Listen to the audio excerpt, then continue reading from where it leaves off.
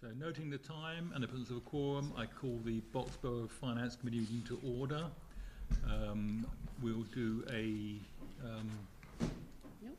They do a roll call vote. We don't need to. No one's done. You just say who's here then? No. Just because Gary's not Yeah, here, just yes. for Gary, we'll say that we have John Grieven, we have Michelle Ryan, Joe Stolpin, Maria Nayland and Tony Newton here. And and in the audience we have Honghua Lee, Finance Director, and Ray Jean Hudson, the Deputy Town Administrator, and also Susan Back from the wonderful Boxborough News. Okay, minutes from December the 2nd. Are there any comments on the minutes? Take a motion to approve. So moved. Second? All in favour?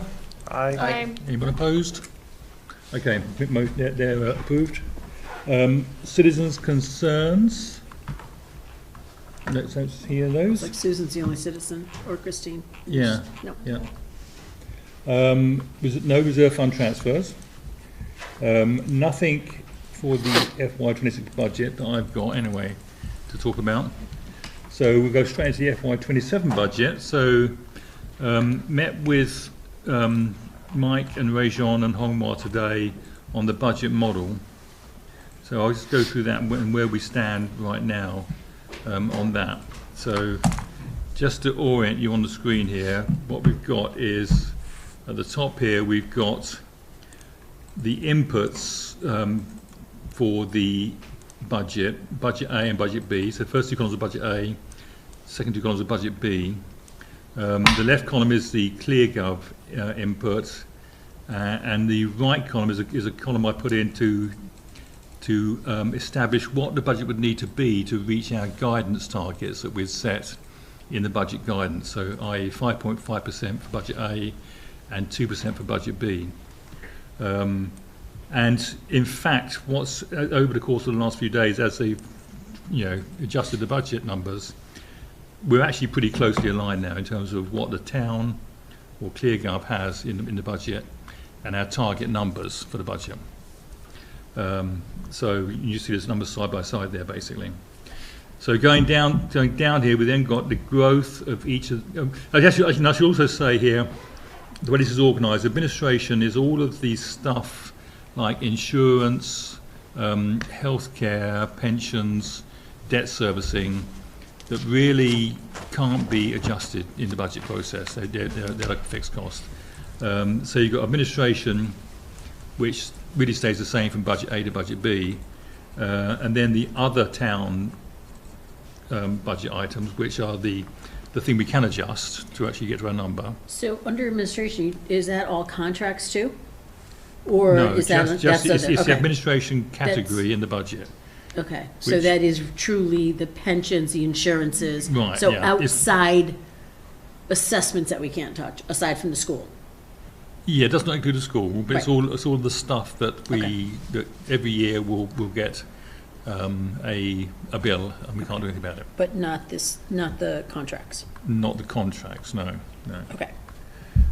So then we've got obviously the school assessment. So the numbers in there, which now we've got the same number for the town and for our model, are the numbers that Adam gave us most recently, based on 5.5% for the school assessment and 2% for the school assessment for budget B. So those are the numbers that we have, and those numbers are down here on the left, just for reference. The actual numbers. And the 5.5 for the school assessment is, that's where they're going to stay, right? Because didn't he say at the last meeting? I think that's where they're going to stay, yeah. Okay, they can't move off of that because of ACTA. Exactly, yeah. So I think it's like 3 point something, but 2.5% maybe for the actual budget increase for the school. Then you've got the actual dollar number increase for each of those lines below that. So you note that for budget B, depending on, there's a little bit of difference between the town's model and my model, but I think we need to decrease that budget from year to year, that B budget, from what it was, to reach our target. And I don't understand what there's some discrepancy in there somewhere between the model that the town has and my numbers, but it's not much difference really. But we basically on my model we need to get to that 2%. Well, in fact, so theirs actually is 2.97%. That's why they're not quite there yet in terms of their budget being. They're close, but not quite there. So we're at 2%, just virtually. So on our model, if we get to budget B, the 30 million, Yeah. 30 million point one, that is what we can afford without an override. Well, I'll get to that in a minute, Okay. actually. But All right, yes, sorry, but didn't mean to jump ahead. that's what meets our guidance of 2% increase. But does it meet what because that's what the guidance has to meet. That gets us there without an override. Yeah, Okay, yeah, great, yeah. okay. So the green one is what you can adjust, right? So what it basically tells you is we can let the town spend 8.25 million in that category, and that gets us to our target. Right now it's at 8.5 million, so it's slightly over, but it's not far off that target. It's $250,000 off. It Okay. is that far off. In the big scheme of things, it's not that far off. Yeah, okay. But it's only the one side, and it's just the town, and it's that one category. So, I mean, we have to be honest, that is a lot of money. Okay. I guess the point to make is that's a lot of money for just the town adjustable categories to absorb. Does that make sense? Right? I understand the budget's $30 million. Yeah. But, we don't have a place to absorb it otherwise. It's a lot so. closer than it was a week ago. Yeah, and I think that's great. I'm just saying, you Yeah. know, we shouldn't give the wrong impression. That is Yeah. a lot of money for the town to Right. have to absorb in cuts. Yeah. So in fact, if you look at the increase on the town B budget, it's increasing from last year by 877. On the model to get it to 2%, we can increase by 585. So that's your differential between the two. So then if you flow down, then this is the actual model. So these are the numbers that flow in the non-ABR, non-school basically, and then the school assessment for different models that flow down there. Then you've got other costs in the budget. ATM articles. So for ATM articles, I'm assuming that everything is actually not R&A. It's all bonded, free cash, or other sources of And funds. do we know that that's 3.1? Is that what's on the capital plan? Is that what they brought? That's just, but that doesn't affect the model, because what I've assumed is that Okay. we will We'll bond balance it. that with down here. So this number here at the bottom is 3.1 million. So if we have to increase the number with free cash, we'll use more free cash. So they'll just balance out. So it doesn't. But that number doesn't matter. I'm just Yeah. wondering if that's a close target to what the capital, but we don't know. I Okay. don't know. I don't know. So then you've got revenues. So this number here is what the town are estimating. I think that's actually quite conservative, actually, because last year we raised 2.6 million in revenues with local receipts and state aid. So that may be a low number, a conservative number. That number. So then you've got that will calculate out what the levy is for that part of the model. And the bottom here is the levy limit. So this is levy limits based on obviously last year's levy plus 2.5%, plus new growth, plus any debt exclusion in there. And we have how much in there for new growth? We've got 150,000 in there for new growth, a very low number actually, a lower number than last year. So actually the result of this as it stands today, the other thing is I've taken out of here the overlay reserve fund, because I've been told now that we will not be taking 300,000 for overlay reserve fund this year. So that changes the model as well significantly. Tony, Gary has his hand raised. Yep. Gary? Yeah, just in case you're interested, right now, the capital Gary, plan can has you speak 7 up? We can't hear you. Can't hear you, Gary. Not at all? There you go. Yeah. Now we can. Yeah. That's All better. right. Right now, the capital plan for FY '27 is showing 796,000. Okay. with no major, only a few departments have come in, but that's the current plan. Okay. And by the way, that's including 300,000 for road paving and the playground structure. Those are the two big things. Right, okay, The okay. playground what? Playground? The playground at Playground Fleur? and paving. What was the first thing you said? Paving. Paving. What was the second thing you said? Roads. Playground, flare-up. But I thought that was through CPC. The CPC. Yeah. Remember, this is capital plan. It's still Oh, cap- I'm yeah. sorry, I'm sorry, okay, Yeah, yeah, it's still, yeah, it's still capital plan. In fact, it could be baked into this number, actually. yeah, okay. Yeah. Okay. But regardless of that, that number balances out with the 3.1 up here, so it doesn't affect the levy calculation. I'm assuming whatever we have to put as ATM articles will be covered by free cash bonding. Yeah, that's some CBC funds. Gotcha. So on that model, both of the A budget for both the town's calculation and my calculation now show us actually 600,000 or so below the levy limit.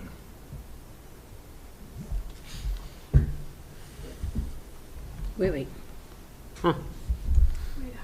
Wait. 29 million, 29.7 million Yeah. is the budget. No, that's the levy limit. What's this 28,921? That's next, it'd be the B column, levy limit, 28,921. That's last year's levy limit. That's So- last year's, okay, Yeah, I yeah, don't see, I yeah. can't see the headers. Yeah, Okay, yeah, that's I'm the sorry. that's the official number from Okay, last year okay. that was submitted by Jim recently. So last year we were 852,000 below the levy limit, Below, yeah. which was lower than we'd estimated. You know, remember we thought it was going to be over $1 million, but we were for various reasons we were lower than that. I mean, I think that 630,000 is an uncomfortable number Very.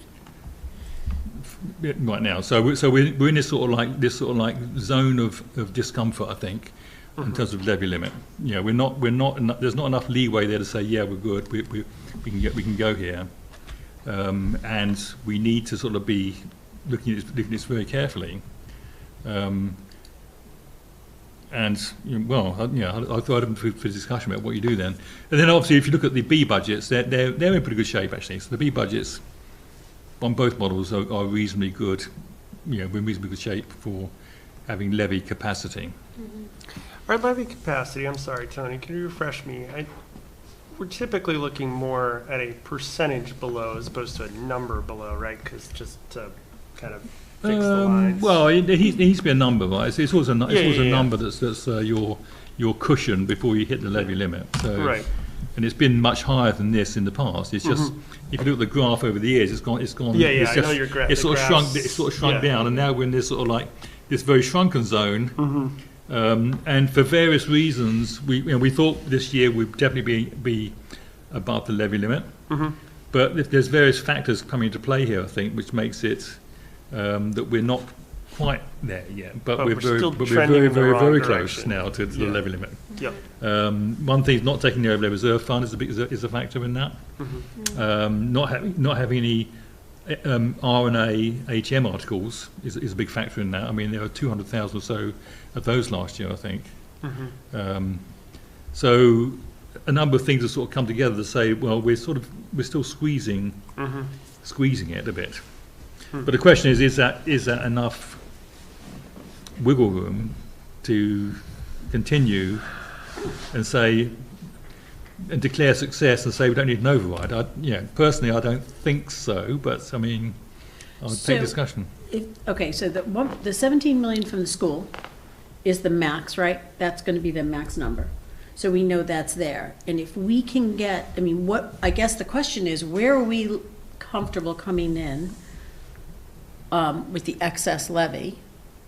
What sort of buffer do we want to What have? sort of buffer? So are we thinking $1 million? Because if we're thinking $1 million, can we come up with a compromise budget between an A and a B, right? Where we're not looking to reduce the B budget as much, but we got to reduce the A budget a little bit. Yeah, Is I mean, is the B that- budget you can almost set aside, can't you? You can say, Right. we need to do an A- budget, basically. Yeah, could we Which do is- that, yeah. and would we be comfortable with that? Yeah, Right. And are we comfortable that the numbers we're getting from, the assessor and all of that? it needs pressure testing. Right, Yeah. exactly, because if we're comfortable with that and we can avoid an override this year, do we do that? Yeah, we just need to figure out where that limit is. The buffer looks like it goes from like 8,500 to 600,000. So I mean, with that trend, are we looking at like a 350,000 next year buffer, and we're just going to get closer? And We I are. don't think, More dire next year? I don't think you can trend it that precisely, actually, Yeah. because there are so many other factors that come into play on the budget that sort of we can't control. We don't like- Oh, yeah, if we Better. come in with a bunch of warrant articles next year and Yeah, give yeah, $1 yeah, million yeah, bucks. yeah, which we can control to some extent, I suppose, but. Right. But we'll But also, then we're there. but if truly we only have, which sounds very low to me on the capital plan, $800,000, Yeah, we have $4.2 million in free cash, so we could certainly We take do. care of that, right? and And not worry about the And bonding. the question is, how do you use that free cash?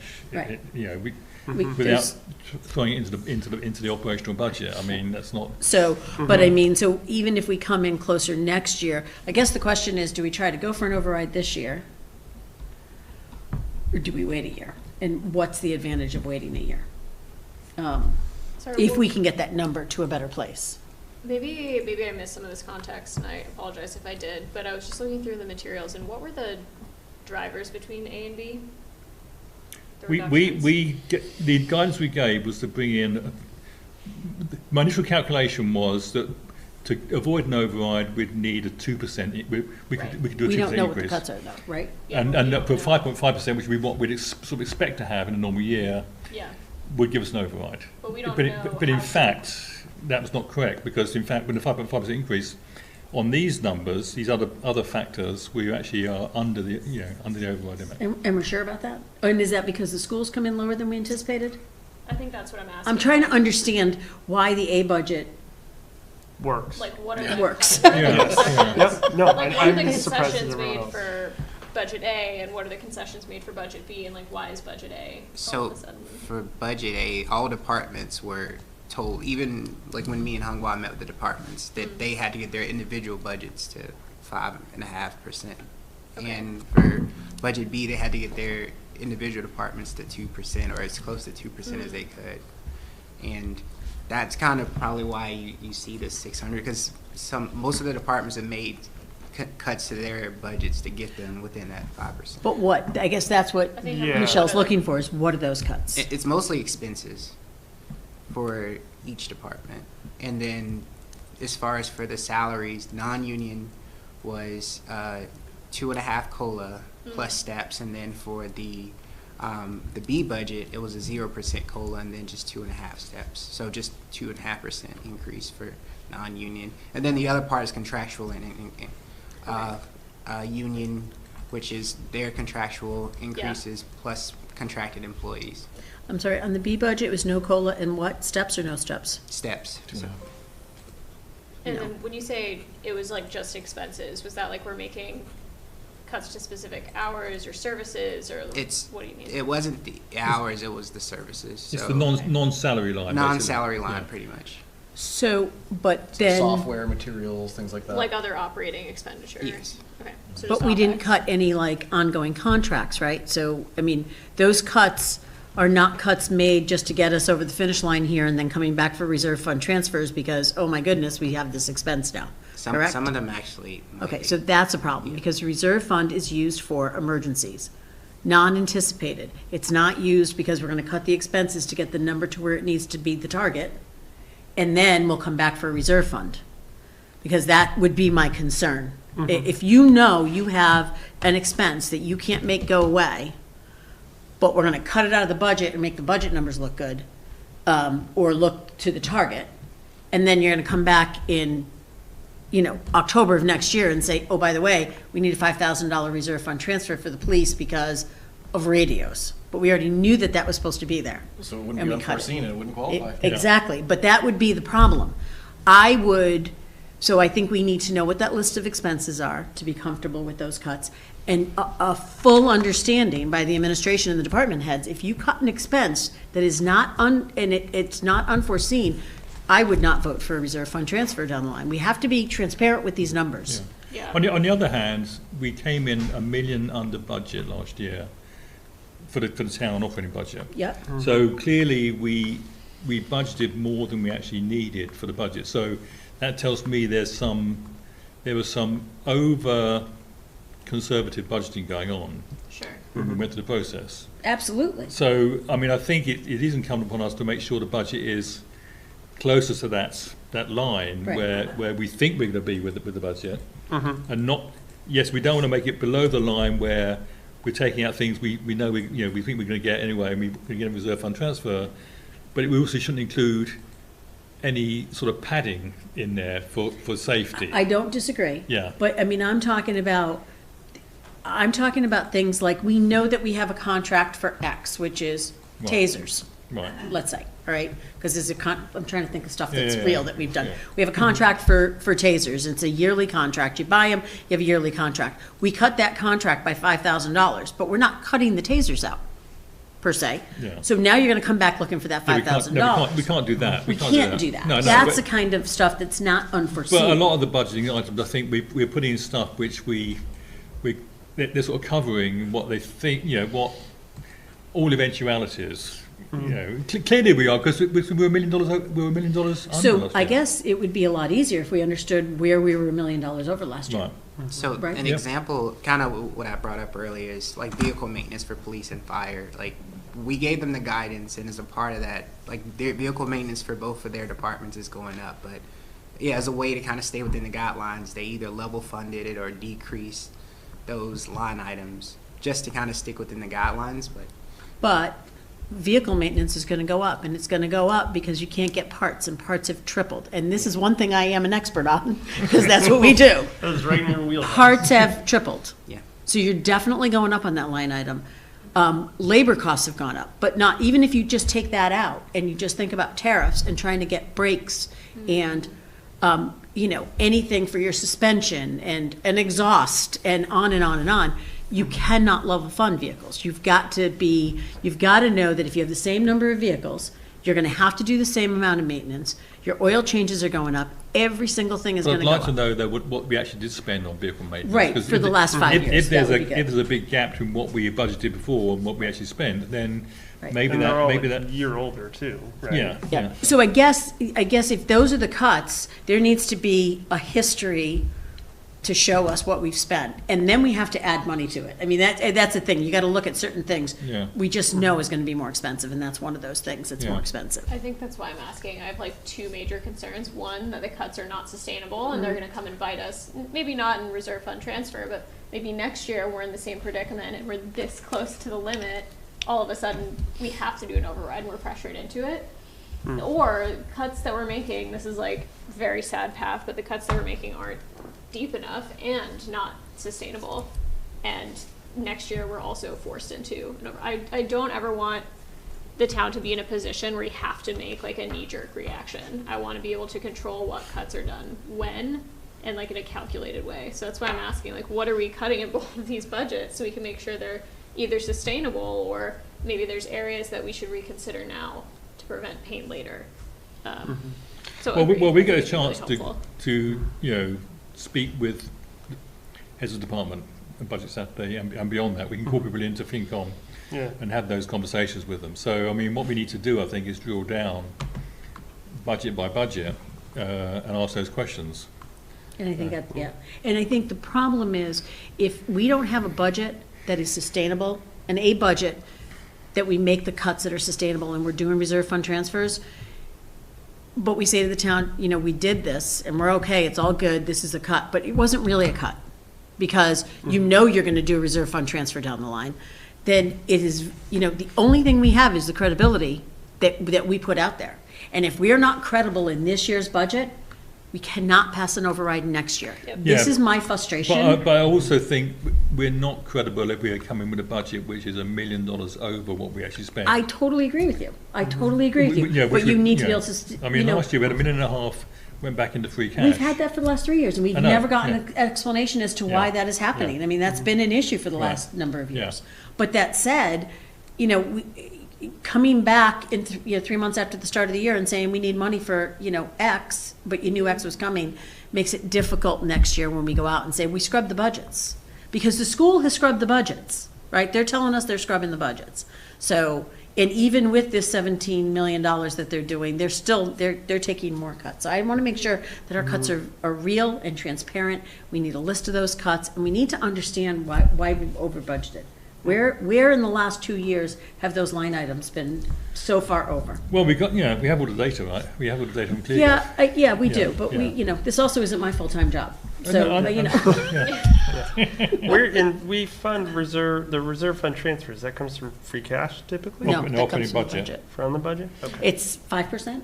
It's 5%. 0.6%. 0.6%, yeah. Right. However, that is one topic we could make a policy change and fund our reserve fund from free cash. Okay. I mean, I think the challenge is if you do it, But I know we don't not want the to other do year, that because then we're balancing you end with up free cash. screwing up your numbers in terms of what your increase is each year. But Yeah. I mean, a lot of towns have a policy of using free cash to fund reserve fund transfers. Okay. Can the policy be that it's at our discretion to do it either way? Rather No, than because it needs to be has voted, We- it needs to be voted as a budget if it's going to be a budgetary item. And I actually think if we're going to do that, that's a change in policy. It's a change in I think policy, we're yeah. going to need to do a warrant article for that, because how else are we going to fund that $160,000? You got to fund It'll it. be a warrant article. It would be an article that would Every be year, funded by yeah, free yeah, cash. Yeah, yeah. It would make Gotcha. sense if we're constantly Yeah, having but too much free that wouldn't cash. be, it wouldn't Use be. that for emergencies. Yeah, you just understand that too much free cash has been like the last 4 years. And no one's ever been able to explain to those of us who've been around long enough, where is this money coming from? Yeah. We've never had a good explanation. I mean, obviously, the state's approving it. I have to tell you, there's been a few years where I'm like, I don't want to spend all this cash because I don't know where it came from. Because we're so tight on our budgets, but then all of a sudden, we're $1 million over. But it's $1 million over, and our free cash is $4.2 million, correct? Well, it's accumulated, isn't it? It's accumulated over the years. But at the end of the last year, we had, Yeah. we had used quite a bit of it, and it was down into the under $2 million mark. Yeah, when we added $1.5 million because we added $500,000 from revenues we didn't anticipate, and $1 million from the operating budget. So we added $1.5 million to it. So that's where it came from actually. And then you get other factors. Yeah, involved. other factors in the, Yeah. So I do think it can be a policy change, but I'm sure that Adam can back me up on this. School committee used to use E&D to offset the budget because it was easier to offset the budget with E&D because we had all sorts of money in E&D. E&D is their free cash. And then all of a sudden, because we were doing that, the school committee, I think I got off just as they were realizing our E&D's going down and we don't have that. And then all of a sudden, there was no reserve. So you had huge increases just to get back to zero. You had to increase that, right? Yeah, there was a time where we purposefully built up E&D because we were really low and hadn't been, which is a function of sort of how conservatively you make your budget each year. So we had turnbacks every year. We got to the point where we were at the upper end of our limit, close to 4.5%. 5 is what we're statutorily allowed to hold.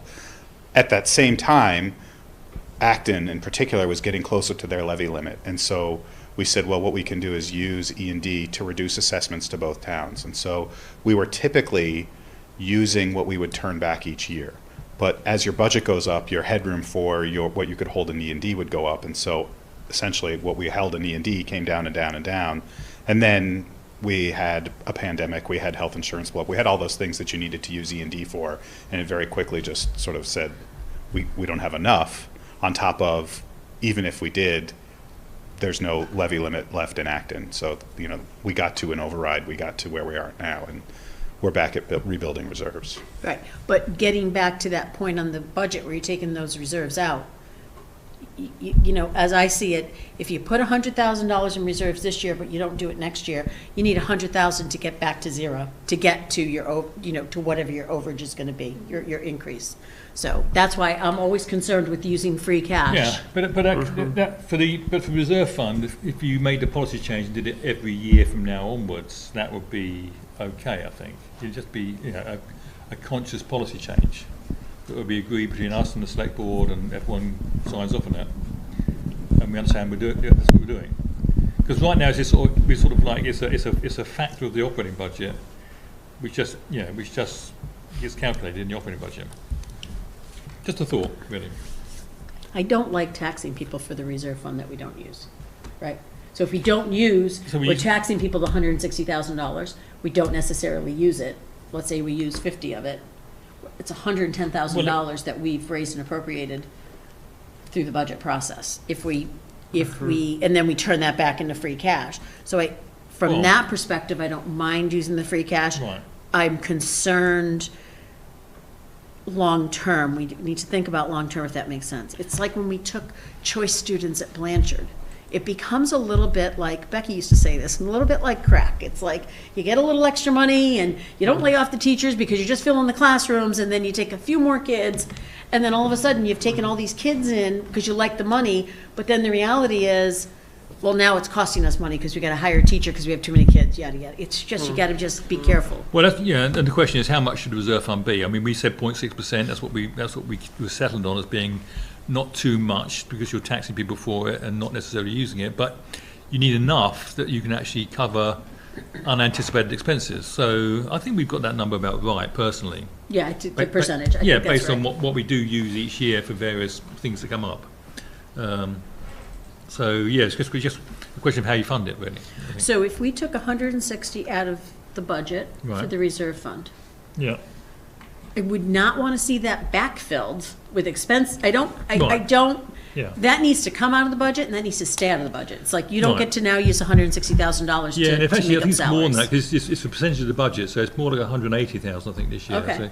So that would add to the buffer, brings it up to more like 900,000. That would add to the levy buffer. Yeah, Right, yeah. because you cannot then increase the budget by $160,000. Well, yeah, no, the idea is to increase the levy buffer. Well, I mean, you get to a point where we feel comfortable with the buffer, given any other uncertainties there are. That's the thought, but. You guys I mean, all I'm have the just- same expression, you're all thinking. Well, Very thinking I keep coming expressions. back to what you said, which was, I want to see the trends of things over year to year, and I want to get to what our true baseline for line items should be, and I want to do like a bottoms up exercise. Well, you have all the data.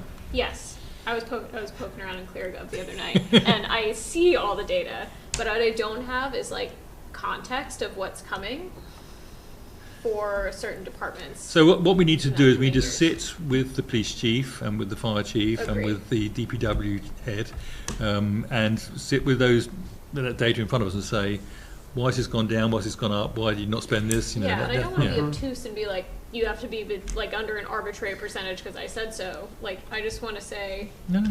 like, Well, so that's what we used to Yeah. do. So last year was a little more difficult because of Right. ClearGov. That was just, it was very difficult. We used to take every single line item, and we would have how many years worth of numbers now do we have going back? What do we go back to, 24? We do 23. 23. So we used to do that. So we would go through budget Yeah. 210, which is police, and we would look at every line item going back 3 or 4 years. Yep. And then we get to that, we look at it and say, okay, but why are you increasing this budget by when you haven't used it for the last 3 years? Exactly. That kind of thing. So we used to do that. Now, in theory, we'll talk about it. I don't want to jump Tony's agenda. We're going to talk about that document he sent us. yeah, Um, yeah. That's what I was looking at that. I'm like, Well, let's move on to that, because that's I think it's a natural a progression. good progression of this discussion. So okay? are we at this point, what are we gonna, do we have to give Mike direction on any of this? On where we are with the, like, I do think we we wanna need- wait till budget Saturday? I think I can talk to Mike about this, and I think the discussion points we're having now. We had the same discussion points with Select Board last week, right? Is that we're in this sort of zone of, do we go for an override or don't we? And what's the strategy around this? And can we move this a little bit at this budget to get to a point where we have a comfortable buffer that we feel okay with not doing an override? I mean, but then it's down to drilling down all those lines, right? Making sure we're not overcutting, which is your concern. Yeah. Because if we're gonna do that, we need a scrubbed budget, and I've looked at that budget, and I will tell you, we've increased travel, we've increased conferences. That's not a scrubbed budget, in my opinion. Right, so That you- is the budget, Right, so you got concerns on two sides. You've got concerns that some lines are too high because we shouldn't be, increasing them. Yeah. And some lines are too low because we're artificially decreasing them right? to reach. And I guess that's my frustration, right? If some lines are too low because we're artificially decreasing them, and yet we're increasing conferences, we gotta make, I guess, I'm a little frustrated because I feel like we're not getting, where are our priorities? Like, we're laying off teachers, but we're increasing travel. We're laying off teachers, but, there's 2 department heads that are each getting a $20,000 increase this year. I mean, that is just, I'm just dumbfounded by these numbers that I've seen. Yeah. Unfortunately, that stuff is contracted. That doesn't mean that, we don't get to call some of that stuff out. So when I looked at this A budget, I felt like, I don't know, I felt like there was a lot of priorities, and some of that has to do with some experience that I've had, just kind of looking at numbers and understanding them. I'm concerned that our concerns are not being heard.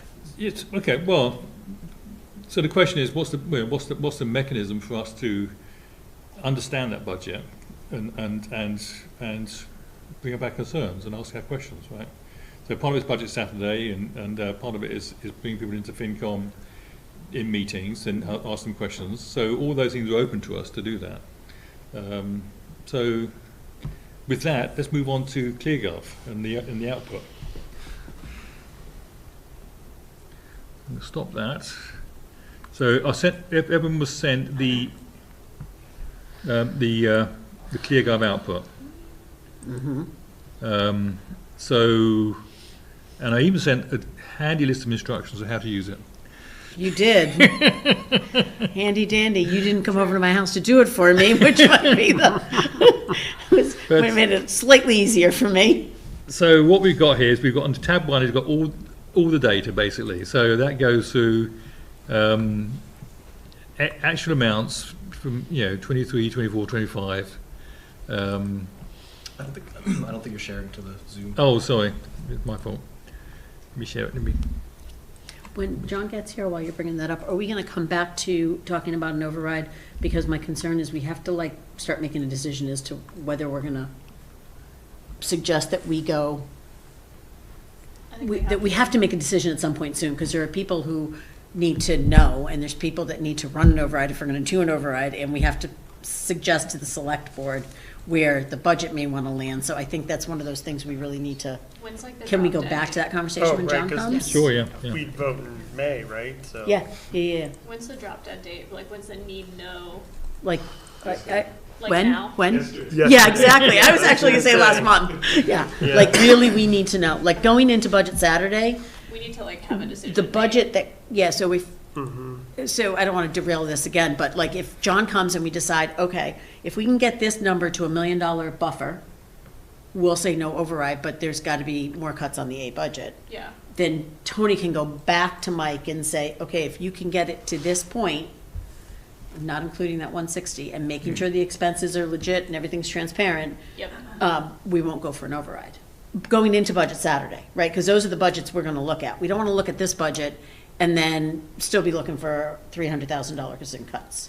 So that's my so if feeling. we said $1 million is our line, Right, we've got to get So, to. right. And what we're saying is that's not going to include the reserve fund amount. Right. So it's really 1.1 something million, right? Which I think that's a reasonable number to get to. I think. So we got to find 500. Where were we? Sorry. We got to find 500. Is that what you're saying? If we want to go from this 6. Well, yeah, and then, so we can have that conversation when John comes, so that, see what John says. Maybe he doesn't agree, but I think all of us should have the conversation so that we can give some direction to downstairs. Okay. That makes sense. John's me coming into a hot conversation. He I is. don't know. He thought this whole thing that he was doing tonight was going to get him out of Yeah. it, but no. Okay, when we talk about this, we just Is he want to make sure we go back to it. Yes, Oh, he's coming later. Okay. Yeah. Right. Spicy.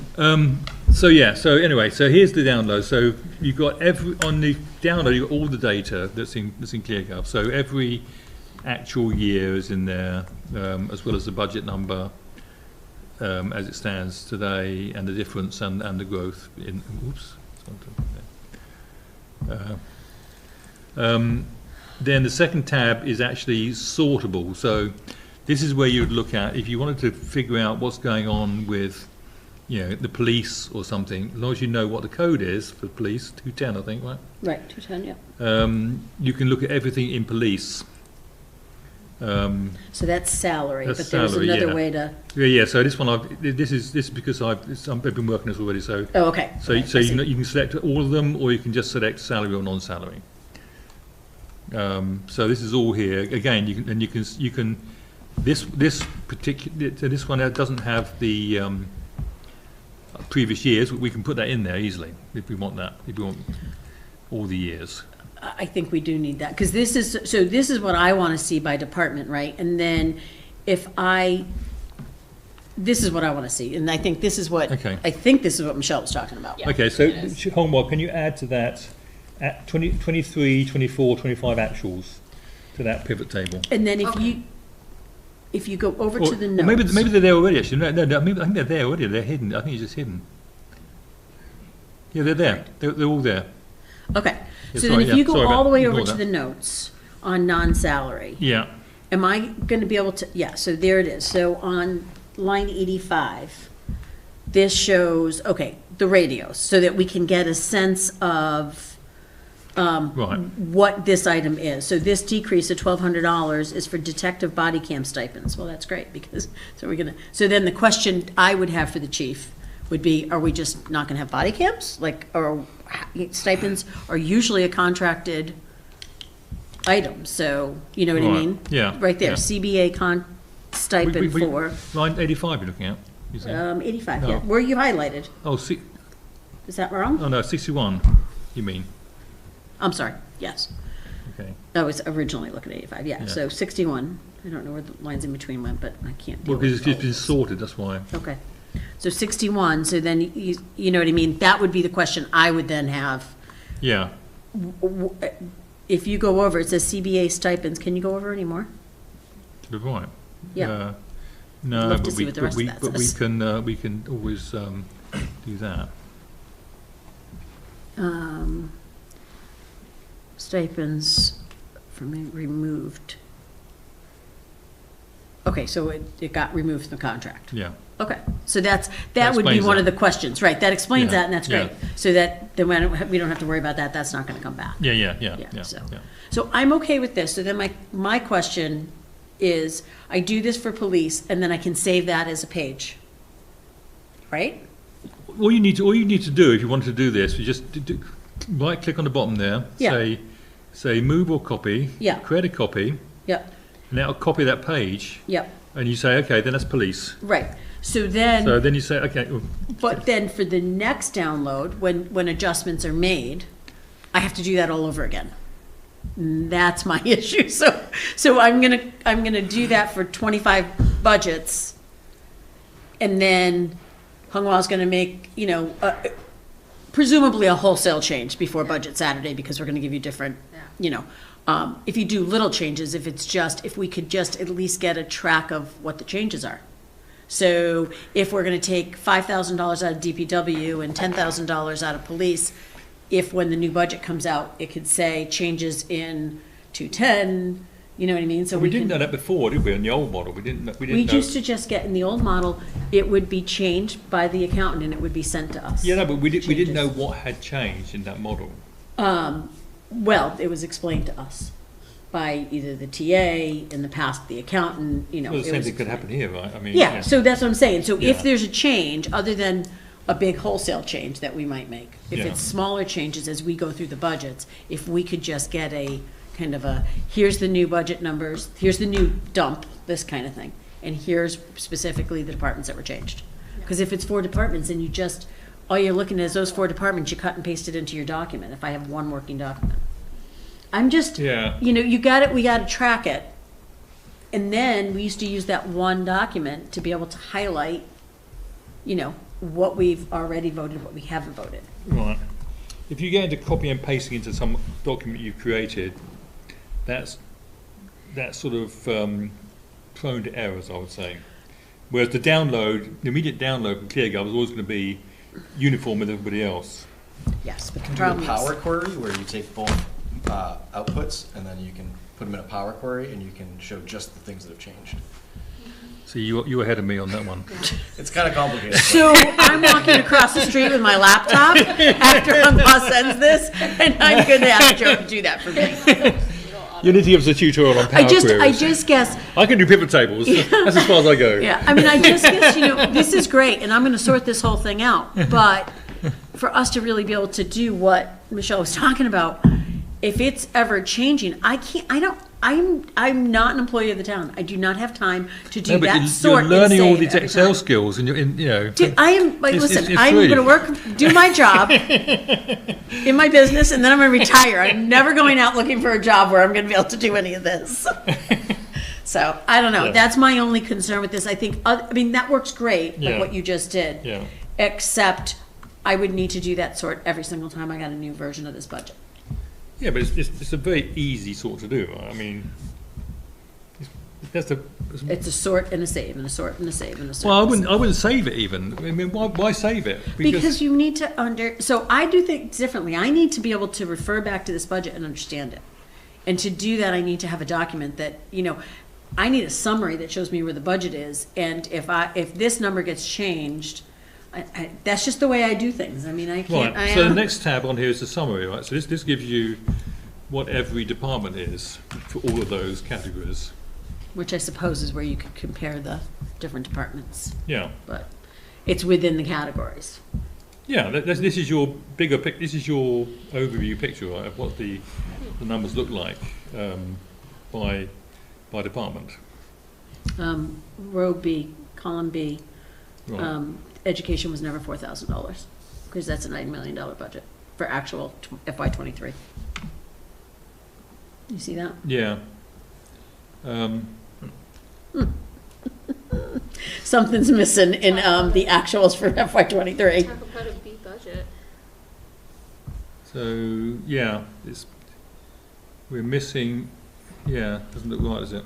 That's the raw data. So We're missing probably 12 million something, $4,314. Yeah, That's yeah. my guess. there's some sort of error there. Was the- it So is that- 4314? Because that's what it shows in ClearGov.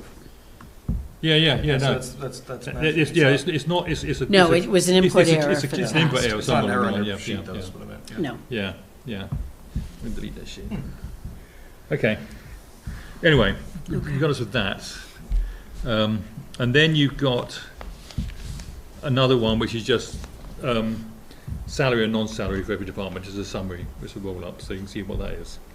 Again, you can see what's changed from time to time. So in that one, in fact, if you were to print that out or save You it, could see it. you could do a direct comparison with the new version that came out easily. I could bring it to Joe and he could compare the two for You could me. bring it down. You could do a power. Was it a power surge? Power query.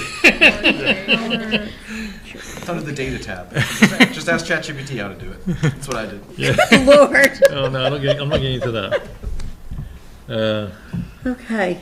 Yeah, and then at the end you got this handy dandy key which tells you what all the cost centers are. But Maria doesn't need because she knows them all off by heart. I know most of them by heart. But those of us How who sad don't, is don't, that? don't know them off by heart, we can refer back here and say, okay, then, police is 210 or whatever. Can you go back to the summary that we just had with that column B that was, go back to that. Yeah. So on that summary, we'll be able to, it's very similar to what we had last year, and when you bring it down, I hate that 27's all the way over, but when you bring it down, does this show the reserve fund separate? Or No. is it within, It's okay. within the administration, I think. Can we move the reserve fund, so we can't move it as a separate item? Okay, we'll just have to track that. Yeah, Okay, yeah. Okay. all right. So okay with this? It's gonna have to be. Like, I'm not great with it. I'm gonna. How about everybody else? But I it's. think this is great. Yeah. I still want context, which I'm super interested. If you pop back over, there's like a notes. Yeah, the Yeah. notes are important. Yeah, some Yeah. of them are great. Some of them are like absent. Yeah. Not so great. Yeah. But that, I mean, those are that's when you ask the questions of the department Yeah. heads. So I think I'm probably just like waiting for the conversation on budget Saturday, it sounds like. Yeah, yeah. And then after that. And then after that, we'll have people come in to us and we can have further follow-up. We'll have follow-up with the police chief and the DPW and the fire always.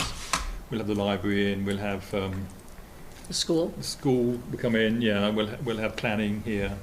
Yeah. So, And then the committees, if there's any committee that has a Yeah. substantial increase. and it's really our choice of who we want to ask questions of. So if you have a question, flag it up and we'll Invite 'em call on that in. particular Yeah. committee in, right? I And just we- want to look at it holistically and not be like, squeezing the police chief if someone in another department is going to like a $200,000 conference, like Yeah. expensive conference. But If still, anyone goes to a $200,000 conference, yeah, we're coming. straight we're to coming for that line. line item. But Yeah. like that's the kind of thing that I'm concerned about. Like I don't want to just throw an arbitrary number at every department. I want to like really Yeah. look holistically at what we need and what we don't need. So just so that I don't know if you remember this, but Melissa, so what we can't do is snow and ice. When you get to that on the budget, Yeah. we cannot decrease that number. Yeah. Because, Yeah, okay, I didn't know if you knew that. We cannot, because it's a state, if we decrease it, then we can't overspend it. That's the only thing we can deficit spend. And we can't deficit spend if we decrease it in the budget process. Yeah, so, Okay. for the same reason, we don't want expenses to then come out of the reserve fund. It's almost like a Yeah, right, so the state has a rule that, so during COVID, unfortunately, in all the chaos, that got bumped up too high because we needed separate plow drivers, so that became much more expensive. Interesting. Okay. Because everyone needed their own trucks, it was kind of a thing. So, but now we can't decrease that. So, And we get some of that back from the state too, reimbursed, right? Snow and ice if we go too high or something like that. I don't know if we do. Do we get reimbursed for snow and ice? No. No? Okay. No. All right. Must have been reading something else. Okay, so then for Budget Saturday, a couple of years back, we started giving a template out to the department heads because they would come with their own PowerPoint, and they were all over the place, basically. So this is the template that I've updated for this year. And I'll, welcome your comments on this, basically. So the idea is that, we get, for their budgets, we get an overview of what the salary and non-salary is for actuals 25, budget 25, 26 budget. We'll have a quarter's worth of actuals for 26 actually. So we can Yeah, so I was gonna, maybe we could deal with those numbers, so we could do FY '26 actual, Will it be just one quarter, right? or we could do FY '25 actual. I don't know that we need budgeted, because we're gonna be doing the budgeted 26 against 27. Well, We we could do FY '24 Well, actual. it's good to know how far off the budget it was in that year. I know it's 2 years ago, but Okay, it's sort of a Is that trend. what you're thinking about? That's what I'm thinking about, yeah. I mean, I like an upwards trend a little better It's just because we've been over so much. each have we been year. historically over or on this, by how much? so it's only gonna give us 1 year. Yeah, but as I say, we will have a quarter's worth. I mean, we actually have 2 quarters worth, but not in ClearGov, right? Because we'll have Vadar data for the end of December, or January the 3rd. Well, close, it's though. pretty tight, isn't it? Yeah. That's really tight. Yeah. They So have the yeah, first quarter in there already. yeah. The first quarter is in ClearGov already. In ClearGov, yeah. So maybe we should add that into the output. Okay. So we have that. Yeah, because you know it's a quarter, you can, You can some stuff you there's can, some- some yeah. you can't, but Yeah, some yeah, you can. Yeah. Okay. So, Okay, so I add in another column there for Q1 FY26 actuals. And we Okay. don't want FY '24 actuals. So we would rather see, and I'm asking, the actual versus budgeted for '25 and that trend versus actuals '25, actuals '24. I'd want to see them both personally, but. This is only gonna be so big. Well, we Oh, can have it all ourselves on our own laptops. I mean, this is what is presented by the department heads, basically. I mean, you only have so much on the page, really. Right, That's the problem. okay. So which would we prefer? We want 24 actuals or 25 budget? 26. 26 actuals or 20, oh, I'm Well, sorry. no, I'm no, sorry. we're Yeah, yeah, yeah. definitely We're getting. gonna do 26. We're going to okay. do 26 Q1, but we can have either 25 budget or 24 actuals in that progression. Tough decision. What I guess I'm listening to the conversation. I'm just trying to think of what tells us more. I like 25 actuals.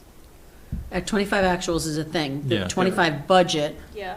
versus 24 actuals. I think it has to, like, for what I'm interested in, it has to be 25 budget, because I'm like, how are we trending? So that's Yeah. fine. Okay. And then we'll have it on our Okay. laptops Yeah, to look yeah, yeah. if we want. But, I okay. think looking at, like, a year in review is, Yeah, yeah. So that's only going to Realistic, and show then us we how can- much it went up. and then if it's a But repeated not- pattern, we can, like, flag to ourselves Right. and be like, oh, in 24, Yeah. you were also trending. And bear in mind, this is 200K up. this is not every line. This is just the Yeah. salary line total. Yeah. Salary, non-salary non-salary. line. But we've got all Yeah. that detail on the output we can look at. This could be a red. This could be a red flag. Like when Yeah. you see the actuals for a second, Yeah, you're like yeah. you were, 72,000 over, only 1,800 over, Yeah, or yeah. under, or whatever it is. Yeah. Yeah. Same for B. And I put in some bullet points here, the sort of things they can discuss in terms of. You put the bullet points in, they're gonna put the actual information, underlying assumptions for Yeah, FY yeah. '27 then. But yeah, Okay. Yep. And then what are the big changes in those budgets? What are Is this budget for drivers? us? This is for them to fill in. It's as for well. them to tell us, Okay. oh, this is these There'll these be things one of these per these things are department. impacting. Yeah, that's Okay. right. Yeah, this is one department. These are things impacting the budget. This is going up this much. This much we've cut or whatever, and the same for B. Yeah. And Maria, that goes back to your vehicle maintenance, tasers. Like Yeah, if we Yeah. see that in there, Yeah. we got to talk. yep.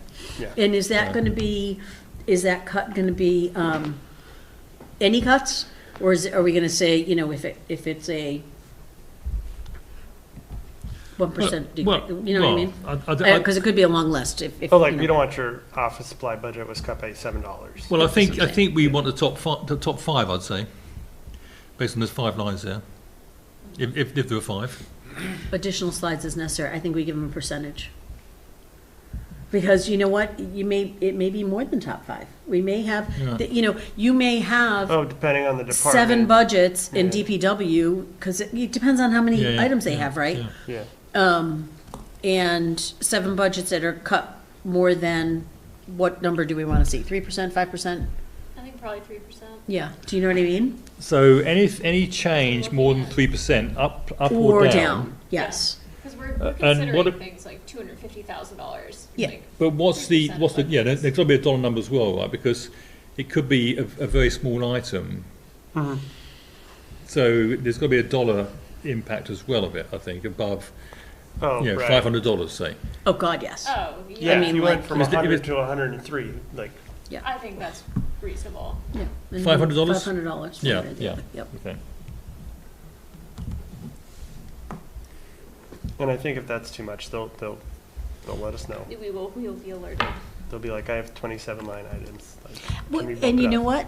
But maybe we need. Maybe we need to see what the 27 line maybe items those are. all tally up to why we're over. Because they Right. can add slides on that, and Yeah. the other thing is it'd be great to get this a little bit in advance, because normally we get this on the morning of. So if we could get it even, when I used to do budget Saturday for the schools, I would get my binder usually on Friday morning, and I would spend most of Friday afternoon with a bottle of wine and my budget. And so, even like Friday would be lovely to have this stuff. Yeah, Well, it'll it's make- January the 3rd, it's Christmas, right? And I everything, know, So, So, I mean, if not, as soon as, I guess, as soon as they could possibly get it to us would be great. It'll just make budget Saturday. They clearly need to get it done by Better. some point to get it So, on. so you want presentations by Friday at the latest? Well, when, I'll tell you what, Rajon, when do you want presentations by? You're gonna get them before Saturday morning, right? Yeah. So. I mean, I would- guess more so for guidance to the department heads, how soon would you like the? Right, so like if we said Friday afternoon, is that reasonable? I don't wanna be unreasonable, but you're gonna get them at some point before that, Yeah. cause you gotta get them we all should keyed know up. this stuff though, right now, really. Right, that's what I'm saying. So, Yeah. I mean, it's not like they're gonna spend New Year's Eve by themselves doing this. Yeah, I don't yeah, think it would be yeah. unreasonable to have them by Friday morning. Yeah. It's not Right. like Friday noon kind of thing would down be to the great. wire. Okay, You know, Friday. would that work? I mean, I guess it depends. Do you have a deadline of Friday at 3? Because, you know what I mean? If you say to the department heads, I need a Friday by 3 to key it up, then we could say 3 o'clock. I don't want to, not looking to put pressure on them. It doesn't I'm give us just- much time to look at it, does it, really? No. Well, again, don't make plans for Friday night. Just pour yourself a drink and sit. Yeah, we can do Friday by noon. That'd So be that great. way it gives us time to review them and get them back. Yeah, that would be Yeah, great if you that's could do that. perfect. So then we have time At least we to, have time to scan it and go over it. yeah, and make our instead of- notes, because it's hard when they're doing it live and then we're trying to come up with questions. Right, So, And then we're not aligned in anything and Right. flagged anything. yeah. And then the last one is warrant articles. So, I mean, Yeah. are there any warrant articles we're going to be putting in this year? It'd be a good, I know, but I know we've got Capital Saturday and stuff coming up, but I mean, this is actually non-capital stuff, so, but just make sure, right, there shouldn't be any RNA stuff for the start. well, I guess that would be, do Yeah. you want just RNA stuff or do you just want anything? Well, anything, I Non-capital. suppose, I mean, free cash stuff could be in there, couldn't it, right? I mean, if they, Well, I do think if we're gonna plan for free cash, Yeah. yeah, we should have Yeah. some idea. But they don't get to make that decision, we do. So really, we need to know bonding versus non-bonding, right? Because the non-bonding, then we make the decision. it'd be good to flesh out what they're thinking about, Yeah. you know, just so we know. And actually, I mean, one thing you can do with this ClearGov sheet, and I'll show you something else I did do an analysis of all the stuff, all the changes, this is increases above $1,000. So you can do that. So you can go through and you put your own filter in, basically, and sort out. Above, okay, all right, and that's up or down, any Yeah, changes? Yeah. So then you can sort of do the same thing then. And again, you can sort it by department code. So you say, okay, then, you know, let's see what's in there for police. We're picking on police tonight.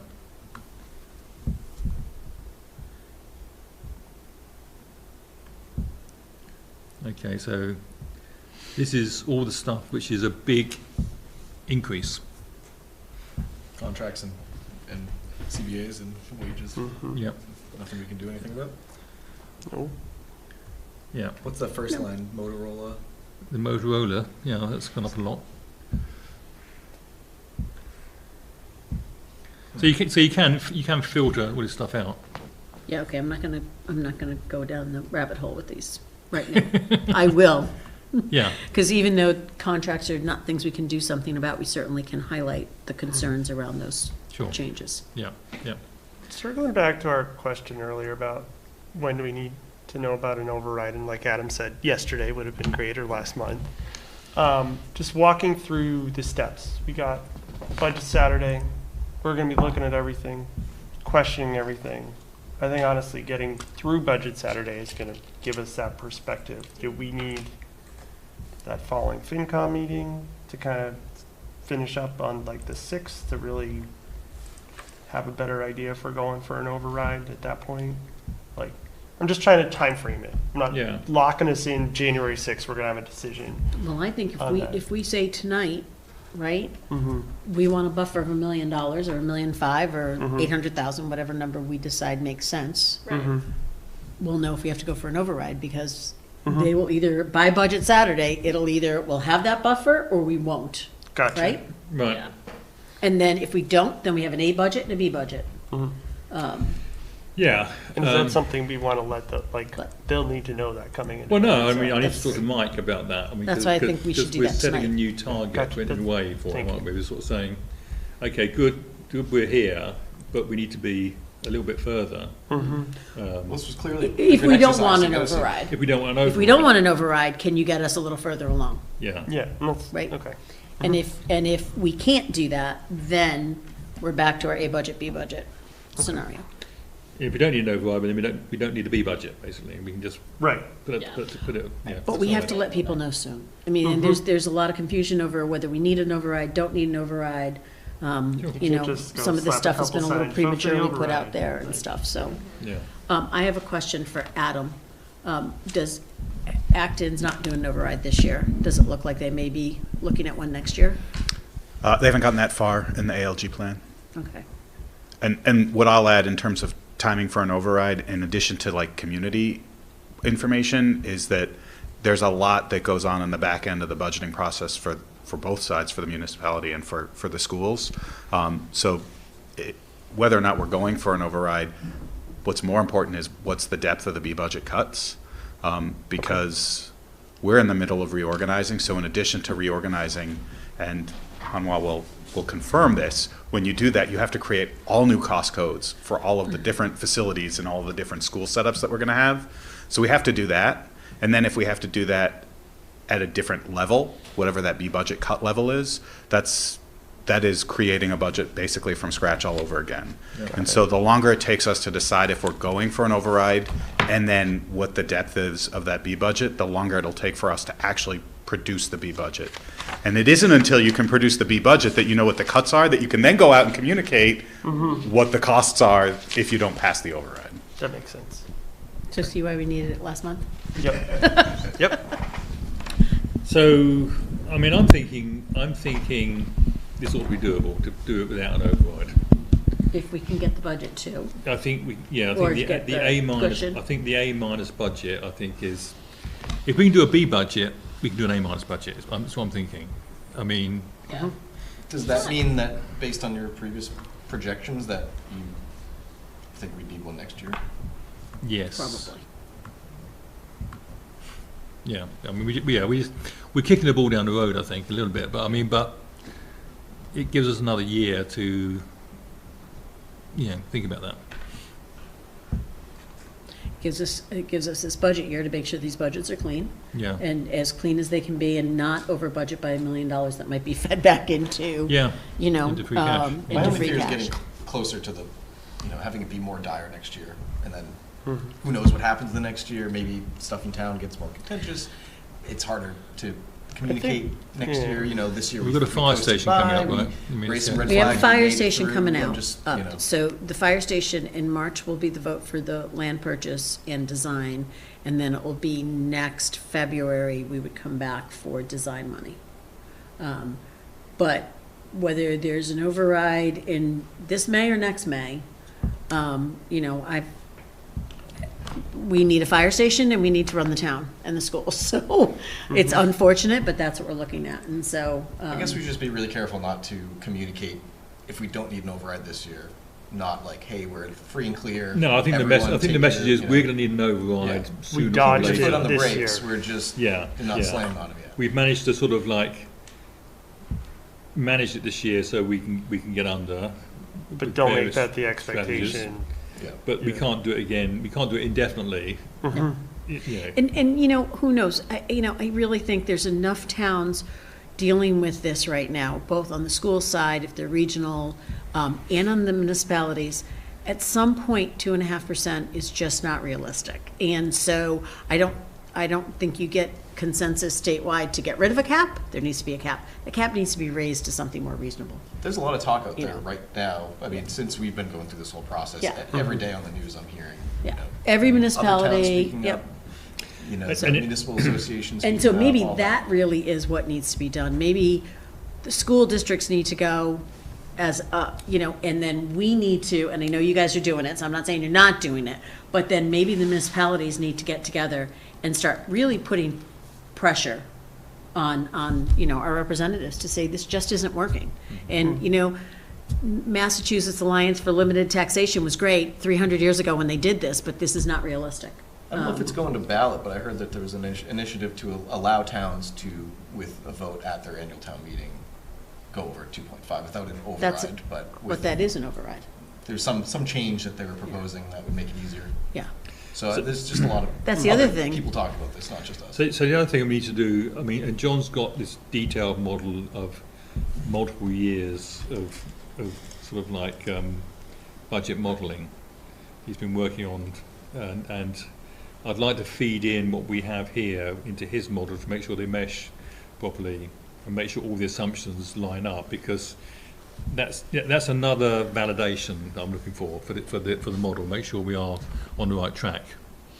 So do you feel that you need to do that before we can say we're comfortable with $1 million levy?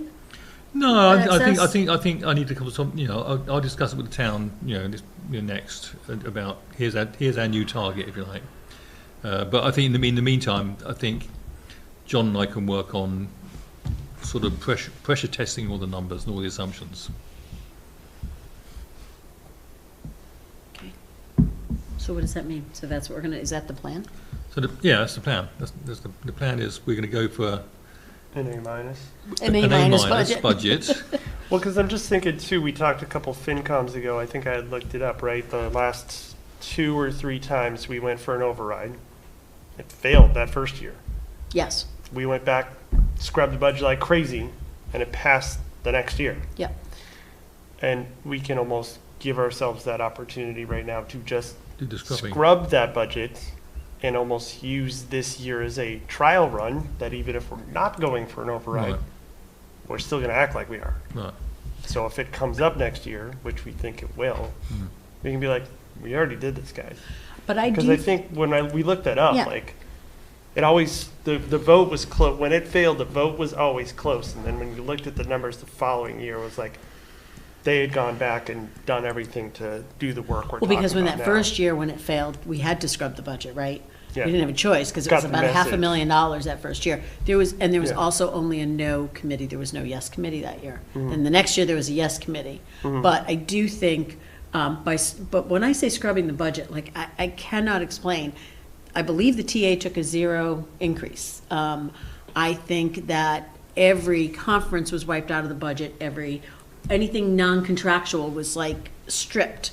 I do think employees did get COLAs, but they were low. I mean, it was just really, really, really super tight. And then, you go back and say, okay, we've done all this. We've taken every ounce of meat off this bone, and now we're hitting bone.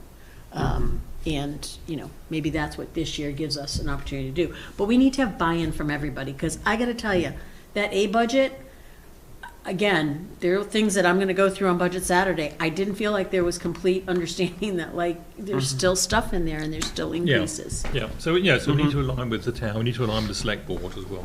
Yeah. Does As every a department need to get the same budget?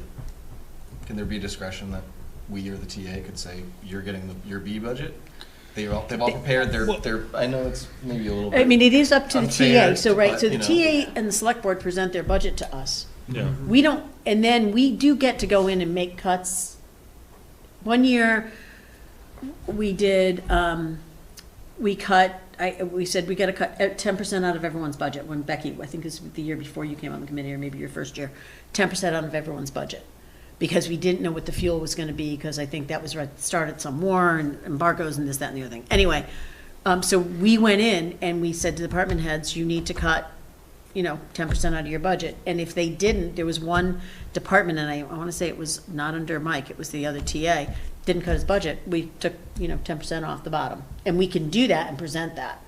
That's not the way we want to do it. It'd be Right. great to be able to work together. But, If we're going A minus budget, and maybe 1 or 2 departments have to go with their B budget to slide into home plate, like, is that unfair? I mean, Well, that it's may be not what the A kindergarten minus where budget everyone is, needs to right? share, Yeah. Like, The A minus budget is probably some elements of B. Oh, right. Yeah, there may be In some the A A budget. budgets we can't Right. Yeah. take down. Yeah. as and much that's as really we up to want. Mike to do, and Yeah, hopefully yeah, Mike, yeah. and it Yeah, I doesn't got necessarily you. mean a B No, I got budget where for you're them, going but with it this. might mean, we all need to take a haircut, we all need to Yeah, cut X yeah. or whatever, if Yeah. Mike's willing to do that. It's just if the A and B for every department are suitable in some way, they present them Yeah. to us, then Yeah. maybe being able to choose between them in some way, like Yeah. make our own shopping cart of them, could get us to an exact number a little bit. Yeah, You I mean, know, already, that town other is only increasing 3.5%. So it's not 5.5%. So, because that's all taken up by the administration line, and the school line. So they're already, they're working with a limited amount of working space to actually make those cuts. So that's how it has to be, basically. I don't want to come off too aggressive on this, but I also think that when you do budget cuts, the first swing is often incorrect, in either not a big enough swing or too big of a swing, and I want to give us a chance to correct this year before we get ourselves in an override situation, or not the year after. So I almost want to like we've been talking about $1 million potentially as the buffer. I almost want to say like, let's see how low we can comfortably go and not impact like basic town services, and then see where that gets us. Well, that's the B budget, operating. right? That's the B budget. I'm I saying. mean, is it? Like, I don't know. We don't know the The cuts B on the B budget is budget. like, Yeah. So it, does it impact town services, does it not? that's kind of what I want to know, and why I keep asking for like justifications, because if we're making impacts to town services in an A- budget, maybe that's still not suitable, right? Or if we aren't making impacts to town services and we're like still going to conferences and still like, I don't know what people are doing, putting extra meat in the budget on a B budget, I'd be like, oh my God, wow, we still have more to go. So I still just don't feel, I know we're trying to push for that buffer number, to have a strategic number to shoot for, but I still don't. Well, you've got reference have a good points, right? enough Because the understanding reference of points you're going to have is you're justification. going to have the B budget and the A budget to look at. So Yeah, we're saying but the I A don't budget is know, something. like, does B budget mean like we Well- get rid of a fire Well, truck? that's Well, what we can ask the question. Yeah. Yeah, I And think- that's what Yeah. we'll know Yeah. on Yeah. budget Saturday. Yeah, Those I are the think questions we I'm can just ask. saying tonight, I'm not ready to like, Yeah.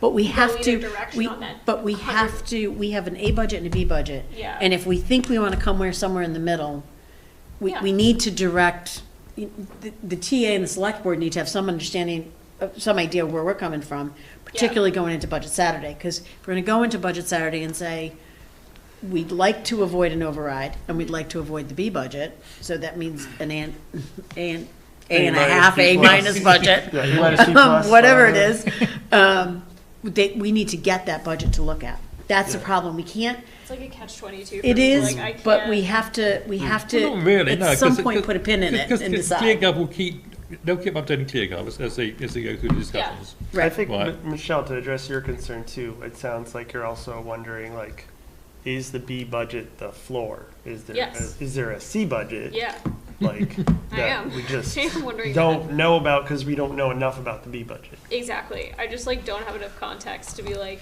Well, what we know about the B budget is there's no COLA, so that means that a handful of people who are not on contracts, yep, right?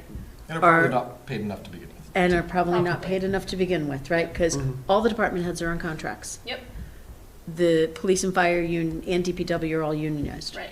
So it is, that B budget is, a little bit on the backs of people who are not making a fortune, working for Boxborough.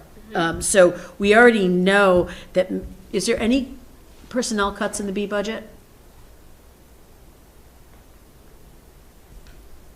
I think police it's hours. It might be some cuts to hours. Just but- hours? Yeah, but So- not any, I think it's hours. Okay. Okay, so So- functions remain. Except for the hours that we're cutting, if you've just eliminated your unions and your department heads, the reality is you're probably cutting hours of people who might not be working full-time to begin with. So there's going to be, it is going to somehow impact services. Yeah. If you Which got is, like, someone working 25 hours a week and we're cutting 3 hours out of their, the goal for me for this year is like, do not cut basic services. How do we maintain basic services? Is that an A- budget or is that like an A? That's the question we need to ask Yeah. each department head, right? Yeah. Mm-hmm. This is why for me, it's a catch-22, because I'm like, I keep coming back around to this loop of like, I need context. Yeah, but until we have that dialogue, We're not gonna know. we won't have that. I mean, there's the notes in ClearGov, but that's Yeah. pretty So basic. what's the guidance then? that's up to us. I mean, I think, do we, I know we keep going around in circles. Do we want to say if we can, without the reserve fund, make it $1 million buffer? Then we start with that. And then we can either cut Yeah. that budget or add back into that budget a little bit. It means that the town has to come up with another $350,000 or something in cuts. I think that's reasonable. Last year was 850. I think that's reasonable. That would give us like 1.15 million as a Yeah. buffer, something like that, What do you guys think? Including the reserve fund. including the reserve fund. Yeah. I think I'd support that. I mean, part of me thinks, we're gonna need an override anyway soon. There's a lot of stuff going on. Like, I kind of worry about what the landscape might be next year for an override, but Yeah. going for one early doesn't I look good feel, either. I feel asking for an override, if we can get away with not asking for it, would be sort of disingenuous, I suppose, Yeah. in a way. Yeah. You know, I think it's, you know, Right, but we can say that to people, we can, you know, Yeah. people can understand that we've asked for and we've cut, and there needs to be a real cut list to get to your A- budget, right? People need to understand that these are all the things itemized. we need to map it out for the These town, I are think. all the things that we had to cut out of our level service budget, which you now still have level services, but we've cut these things out to get there. and I think we need to map that out and show that to the town at town meeting. Yeah, Say, but I think you know, the TA's office needs to show it to us so that we Yeah. can get behind it, because I think that's important, because then that's, to your point, next year when we go for an override, Yep. here's our list from last year. Yeah. Here's what we're gonna have to do this year. Yeah, But we, you know, we did our best not to get there Which this year. plays into yours, Michelle, where like, now we're gonna be cutting things. Yeah. We're gonna be Like, cutting I things just you don't wanna wanna get to cut. that yeah, yeah, place. yeah. So I'm like, I want to be super clear this year of like, basic services need to remain whole. Yeah. Please like think super critically about everything else. Mhm. Because if we get to the bad place, then we're going to be, you know, like losing coverage of police and fire and like things that are actually dangerous to human. The other existence. thing, yeah, and the other thing we have to keep in mind is dispatch is gonna be coming back online in the next year, Yeah, right? good point, yeah. 50%? Oh. Do we know what that is? Oh, that we have So- to pay for? Is it That 300,000 or was- 600?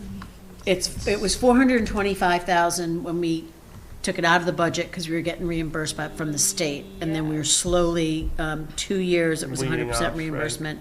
Then it was a Yeah. 75/50. We just need to keep in You need mind to That's remember going that, up. yeah, next year, yeah. that is going to be going up. Yeah. We have to mention that this year, Yeah. again at town meeting. Yeah. We've reminded everybody year Yeah. over year, but we have to do that because next year there will be a jump of 25%. Yeah. Yep. So, I think the targeting an override next year also may help people understand. I think this is more just a personal opinion, but I think a lot of people associate overrides with school budgets and not town budgets. And I think if we've already done a lot of that work to show like this is the town that needs the override, not just school costs went up. Of course, they always that's a thing. but we can also show that the And- school and- has gone through. Yeah, the school's already done everything. Similar- You- This a is the reorganization. whole- Yeah, This is our whole town budget. yeah. Yeah. We're gonna So, lose yeah. all of these things. Yeah, because the school's already done an reorganization, they're saving money where they can. Yeah, We've scrubbed a budget, we're saving money where we can, yeah. you know. And again, I'm with you, if we can do this, even if it's $600,000 levy, right, it's close, but if we can do it with that, it does seem a bit disingenuous to try to get Yeah, the budget override. It's FY '28 is the 50%. So The this assessment. FY '28, Yeah, FY '28. This So- upcoming FY '27 is 100%, so the state is paying that. it's still Oh, for it's the FY next '27, 27. so then next year it goes, so that's something to Okay. keep in mind. Yeah. That's a That's good. $200,000 yeah, increase. yeah. Yeah. Okay, so are we done with budget discussion? So we're just gonna do that then, without John part of the discussion, he missed that discussion. Oh, he's doing Navy SEAL training. Get your priorities right. Can we talk about Budget Saturday for? Go what ahead, we- yeah, yeah, Okay, yeah. so we normally do food and it's Budget What are the Saturday. Logistics. We show up at like 8 and stay here. Well, forever? we start, So we're at- done. we don't It stay usually forever. It usually finishes about 2 o'clock, I think. something like Yeah, even Budget Saturday is actually a little bit earlier than that. It's Yeah. Capital Saturday. It depends. I mean, at this point, we have 2 items on the capital plan, so who knows, that. It might but, be, yeah. it might be capital Saturday, 8 a.m. to Yeah, 9 a.m. exactly, coffee. A pile of donuts and everyone in town will come and talk to you. Capital So we brunch. get here on Saturday morning, and we start at 8:30. Generally, we're done by, I would say, 1 on the budget, maybe 2 this year. We usually have breakfast. We bring in breakfast. So we've got to organize this because it's in 2 weeks. We split it with the select board. So what would the FinCom like to bring? So I can, because Tony just said you and Kristen can make a list, so. We usually do like a bagels. I said we don't need French toast casseroles and everything else. It gets a little over the top. But we can do bagels and maybe muffins and Buy out coffee. thinking flour and I'm not sure it's in the budget, so that's the problem. $4 a It's not, it's not in the budget. Hey, the best budget, the best croissants, they make me cry, they're so good, but that's a different conversation. So what do we want to do? Like, assume, tea, coffee, bagels, Bagels and cream cheese, muffins, Orange juice, water. orange juice, water, yeah. Yeah, that's great. We're not doing all of that. Do we want to, does somebody want to go get fresh bagels that morning? Yeah. Does somebody, okay, so FinCom will supply bagels. Yes, I can get bagels. What do we do about coffee? Do we bring coffee in? She, well, Kristen brings in that 55 pot thing. Yeah. 50, and after her first year of using the water, which is full of PFAS, so nobody drank it, and she didn't understand why nobody drank it, because we all knew there was PFAS in the water, and she did not. She brought in gallons of water. I don't think we need a 55. It's a giant pot of coffee. Yeah. One year, Just get a box of Dunkin's or something. yeah, I mean, 1 year, literally, I brought in 2 carafes from my coffee machine, and Becky brought in 2 from her coffee machine. We had 4 carafes of coffee. We don't need to do the coffee, so Kristen can do coffee. We're gonna do bagels and juice. You want orange juice and cranberry juice, how's that? Perfect. All right. You're getting bagels? I'll get the bagels. Okay. How many bagels should I get? There's actually, there's a few of us. 5, 6? Yeah. There's, So 2 dozen. I would say 2 dozen. Yeah. Yeah. Yeah. You've got police guys coming in, a couple of police Yeah. guys, probably 2 or 3 fire guys, and These guys Yeah. will all be here. Okay. 3 3 dozen. 3 dozen. 3 dozen bagels. I And can do cream that. cheese. They're always Maybe 3 freezing. baker's dozens. Okay, got it. Yep. Okay. so we, Can do. who pays for this stuff? Do we do this? I've never turned in receipts. I usually No. just donate it. But, Yeah. Michelle, if you're going to do all the bagels, Yeah, I'll chip in. But just, or, I mean, we do have, FinCom has a line item. Can we? Yeah. Yeah, or we can all Yeah. pitch in, you know. We- Yeah, I don't- That's a lot of bagels to buy, so, yeah. Yeah, Yeah. it is a lot of bagels and I'm cream not juice that together. stressed. Yeah. So we can chat about that. Okay. Okay. Yeah. All right, great. So that's what we're in charge of, and the select board can do coffee, tea, and Yeah. whatever else they would like. Fruit Okay. or whatever. Excellent. Okay.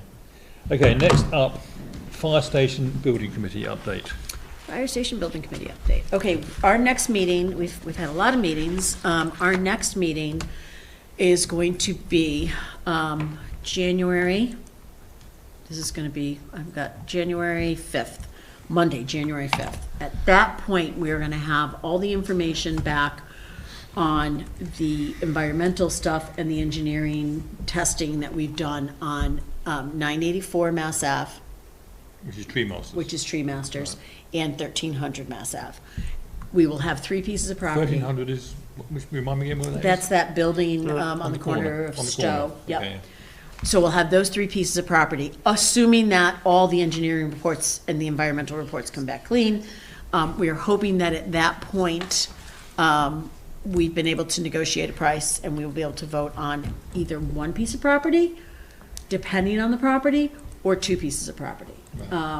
Our concern is, we don't know the appetite, so we're right now kind of budgeting out at $4.5 million because we have to take down 1,300 too. We have to take the building down. So there may not be that appetite to purchase a building.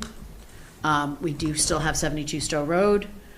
We have all the testing back on that. So we will have a decision that night, and we'll vote that. And hopefully we will have a purchase, offer to purchase kind of in hand.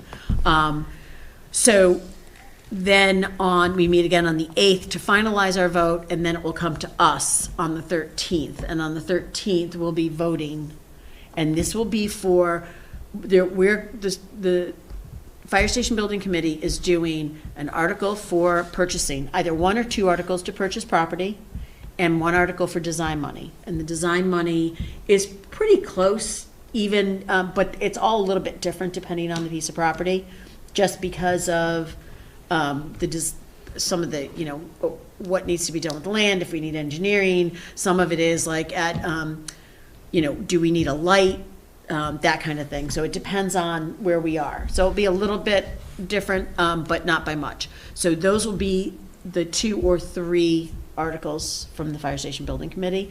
There should also be an Article 1, which I sent to Mike about, because that will be an override vote. right? So those will both be override votes.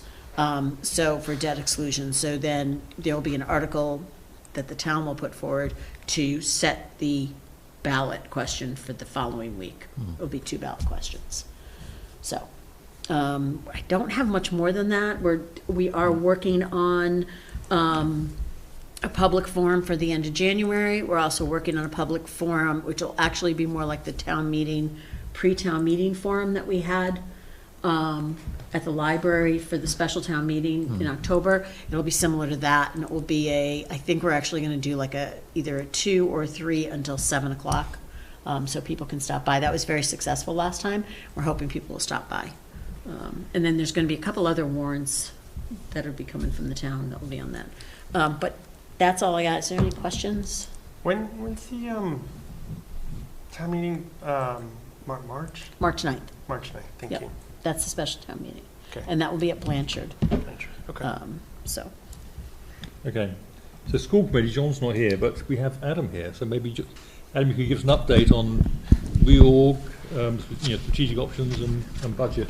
Sure. So we have a school committee meeting Thursday night, which will be the second meeting where the full school committee is deliberating on the remaining reorganization options. And what I can say is that they all roughly come in with about the same amount of savings. There's a pretty intense school committee packet that shares all of that information. It's available online, but somewhere between $1.8 and $1.9 million in savings for any of those options. It really boils down to whether or not we're keeping existing school programs and combining, or we're sort of starting everything from scratch. And then we're also looking at enrollment options. So, there's something of interest here, I'd say, specifically for Boxborough residents. While we're keeping a hometown priority is what we're calling it now. One of the enrollment options is to actually move away from an open enrollment and do more of a geography-based enrollment. So there's lots of stuff that the committee is considering. We're getting just gobs and gobs of emails, probably 20 or so a day now, from community members, from family members. The rest of the school committee stuff we're working on is sort of standard. We got our audit report back for 2024. We haven't gotten last year's audit report back yet. The audit reporting companies are really behind through some mergers. I think the town's probably dealing with a similar challenge. I haven't heard back from the finance director if that was a clean audit, but we've had a clean audit for the past 3 years now, so I'm not overly concerned on that. There's some information about our OPEB position that's in our packet for this month as well. We're doing really well on funding OPEB.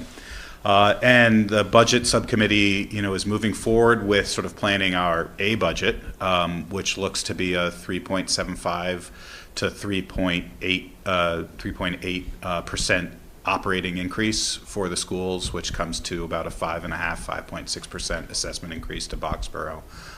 That will result in anywhere between 20 and 30 positions needing to be cut from the schools. And that would be year 5 of 20 plus positions cut a year. Other than that, the school committee is just deep in the details for the reorganization. And like I shared earlier, what we're preparing for our budget workshop, which is now on a Monday, and I sent you all that information about that. We're still working pretty closely with the administration to sort of balance what they'll be able to prepare, knowing that they will have just heard the outcome of our reorganization decision about the day before they need to publish budget binders. And so, what we've said is we know we'll have our bottom line number. We'll know most of our sort of operating budgets in the main categories, but they won't be able to produce a full and complete budget because they won't have had time to rebuild the entire budget depending on what organizational model we've chosen. So the budget workshop will be somewhat abridged. What we're going to use the opportunity for is to sort of provide a bit of a recap of where we've been over the past few years, some of the big questions that keep coming up. out-of-district spending, cost to educate students, how we compare to expenditures across the Commonwealth, those types of things, because we do have a lot more people paying attention to what's happening now. And I will say that it's frustrating to get emails that says that there's been financial mismanagement over the past few years, and we've had to close a building because of that. And what it speaks to is that when things are going well and when your kids are thriving, you don't pay attention. But when you hear that something as drastic is going to happen that may affect your family, you light up and start paying attention. So we're going to take advantage of that and use this increased engagement to let everybody know that, we have been scrubbing the budgets for years. We have been making choices that are actually in the best interest of taxpayers by keeping students in district, by finding ways to, combine programs and all of that. So that will be a good part of what our budget workshop will be, in addition to sort of the minimum what we can provide in terms of where we're seeing the A budget land. And I think the conversation tonight has been really helpful. What I will share is that given all of the work that our administration's doing, we're not pushing them to build a B budget. And so the B budget will come pretty late in the process if need be, because there's plenty to do in sort of doing a reorganization. And remember, that means potentially re-enrolling every student in the elementary schools into a building, and it involves moving 50-odd staff or the 500 elementary educators that we have around different buildings and all of that. So there's a great deal of planning that's going to have to go on after the 22nd when we vote on our reorganization option. That's great. Remind me when the budget workshop is. It's a Monday evening, right? Monday, I believe it's the 9th is what? Of February. Of February, yeah. Yeah. Yeah, it's 2 days after our capital. Yeah. That's why they moved it. So, we should all go to that, I think. So you need to post a quorum, possible quorum. Yeah, for I'll us. post a quorum for that meeting, so that would be useful to be there. Is it going to be, it'll be on, Yeah, we'll be in the Acton TV. admin building in the auditorium, so it'll be broadcast on Acton TV as well. so, and I know you don't need to hear this, but like sometimes the sound is atrocious. It's awful, it cuts out. Just if you happen to be discussing it with somebody about Yeah, Acton TV. if we it's had awful. some spare funds, we could replace the system in the administration building. So I assume that was an Acton TV issue. No, so it's all very tied together. So one of the things we learned is if the connection that connects our presenter computer into the system gets disconnected, then it cuts audio out to Acton TV. Yeah. So okay. it's all very interconnected. Because that's the frustrating part. You guys are just having a good discussion. we were all of a having sudden a- there's no sound. I'm like, what do you mean? We were having a pretty heated discussion, and I will tell you that Yeah. one member of the school committee was a little upset that he felt like he might have gotten censored in his Yes. Well, that's opposition. exactly what happened. I was watching Yes. the meeting. I'm like, where did that go? Because that looked like it was going to be an interesting tidbit, and then it just went Yeah, into no land. I mean, that I system is... like I said, I know this isn't your issue. I just thought I would mention it. That I system's didn't know if you about guys knew 7 that. years old, and the equipment you can't buy replacements for. So, we're limping along as best we can at this point. Okay. Thank you.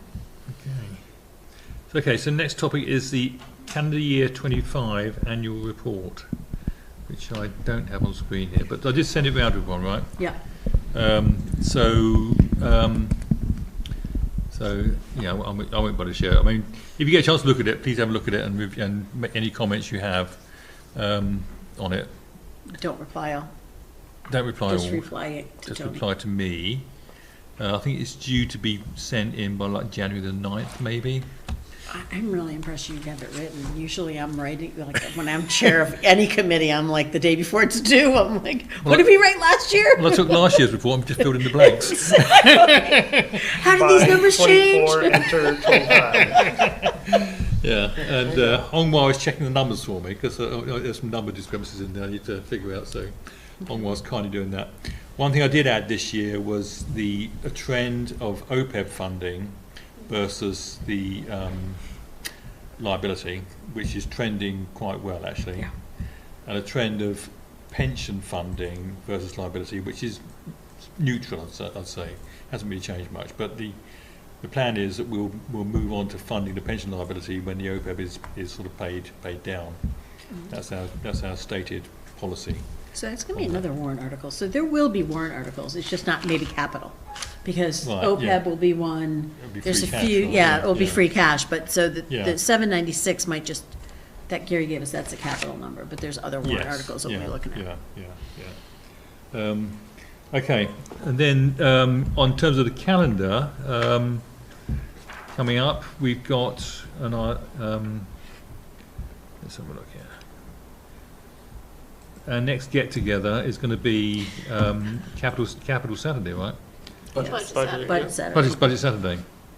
And then, Do we have, did you schedule out any department heads already no, for, for Saturday, Budget Saturday. not for Budget Saturday, but for any of our Tuesdays for looking at No, budgets? no. So I was actually looking at that today, actually, in terms of what we had last year. So I sort of listed them out. So I can be thinking about what that schedule looks like. More or less the same as last year, I think. But the question is, I suppose, who do you guys want to hear from? So we'll definitely have police back again. We'll definitely have John's online now. Yeah. We'll definitely have fire back again. We did last So year. the school. The school will have to come in, yeah. So Gary, just so you know, John Connors joined us at 8:40. So the school, are they gonna be at Budget Saturday? No. No, right? So we need to I'll schedule be them. Watching, but I won't be participating. Yeah, Yeah. but, so we need to schedule them for sure, the school, Yes. right? But yeah. what makes sense from your, because usually you try to go early, but like, that doesn't make sense, right? Because of, it would have to be after the February date. Yeah. It depends on what level of detail you want us to go into. So maybe the best thing to do is to come to the budget workshop, and then we can chat after that. Yeah. Okay. And then we can sort of time out Yeah. when we'll have deep line item Yeah. information. I mean, we've got a bunch of we're meeting every week, so we've got a bunch of Right. meetings we Right. can pick from. Yeah, you just Yeah. wanna get people, like, and the library's not coming, usually doesn't come Budget Saturday. No, library come in. So they'll come they're on the separate, so list. we can get them on. And the list. last year we had Mark White came in for planning board, and then we had Alex separately. So I don't know whether it makes sense to get them both in together, maybe. I mean, it seems to make more Yeah, sense. so I think there was questions last year. Like, Yeah. I think that when Mark came, he wasn't, the bylaw changes that we were Right. voting on wasn't quite where they needed to be. Right, yeah. And actually, the planning board has they have a warrant article that I was gonna talk about during my update, so we certainly should have them in. Yeah, yeah. And anybody else that is not coming Budget Saturday who we would like to have, who have questions of, any other board or, committee. So if there's a committee that has a big spike, I think you guys might want to hear from conservation. It's a small number, but it's a big increase. It's a 50% increase to the budget, so. there's a Yeah. 50% increase to their budget? I haven't Well, looked at their budget yet. It's it's going from 15,000 to, or sorry, no, it's going from 10,000 to 15,000. My bad. Yeah, And just in the CPA. But Yeah. based on the other stuff I tell you, I think you might Okay. want to. yeah. There's some funny stuff with Retcom, but that's really a town thing, I think. There's some just Well- in the lines, they're sort of like So if they're at CPC. moving things around. Right, Yeah. right, but if they're doing CPC, Yeah, then we're it's gonna not wanna really- hear about the Flair Field, like, Yeah. in person, that kind of stuff, I Yeah, mean, yeah. so, Yeah, we haven't voted on the warrant articles yet for yeah, CPC, right, so. but if they're, We So we wanted can't to- bring CPC in though, right? It's not really. no, we don't usually bring CPC, we bring the individual, like, we would bring in RecCom this year, cause they wanna do Yeah. Flair, right? Yeah. Is it and Flair? Conservation. Cause they have a higher, Yep. right, conservation could discuss, right, And, so. The housing board that's always the same, I'm sorry, Maria, you need for one of our meetings or a budget Saturday? for No, one of our no, meetings. one of our One of meetings. the meetings. Yeah. Okay.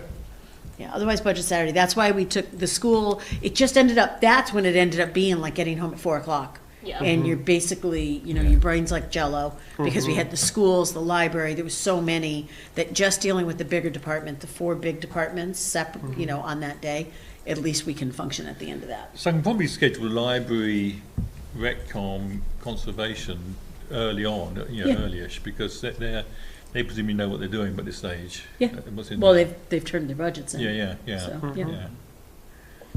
Yeah, okay, I'll work on that. Okay, then I'll add to this list the school budget workshop and get a quorum for that. Yep. Okay, committee reports. John Green. I don't have anything actually. I unfortunately was not able to make sustainability to an unforeseen thing on Thursday. Water Resources is meeting right now, so I will have to catch up with that for our next meeting. And we already, Recom presented, so I don't have much beyond that other than that they went to CPC. Yep. Michelle? which I can carry on from that. We heard all 5 major projects, one of which was the Flare Farm, the other was conservation. Because the meeting went so long, we postponed our review wording voting on the warrant articles until January 8th, I think is our next meeting, January 8th. So we will be discussing as a group and deciding on if we are supportive and voting then. Okay, Joe? I heard back from Ed in DPW regarding bond schedule. He said the only things that haven't been bonded yet are refurbishing the truck frame rails and replacing the dump spreader body. Those are the only things that are outstanding. That'll be done in the spring because they need the trucks through the winter for the winter use. He did meet with Rajan and Honghua, so they might have a little more further detail. I just had email correspondence. But he said there's very little change in their budget except some salaries and a couple of contracts for the building cleaning and the Hager well maintenance and operation. He's getting quotes for those now, and the percentage change is within the requested guidance by FinCom. So he says the only capital item he'll be asking for is a new trash compactor for the transfer station to replace an aging one from 1996 that keeps needing repairs, and he believes the cost is about $35,000.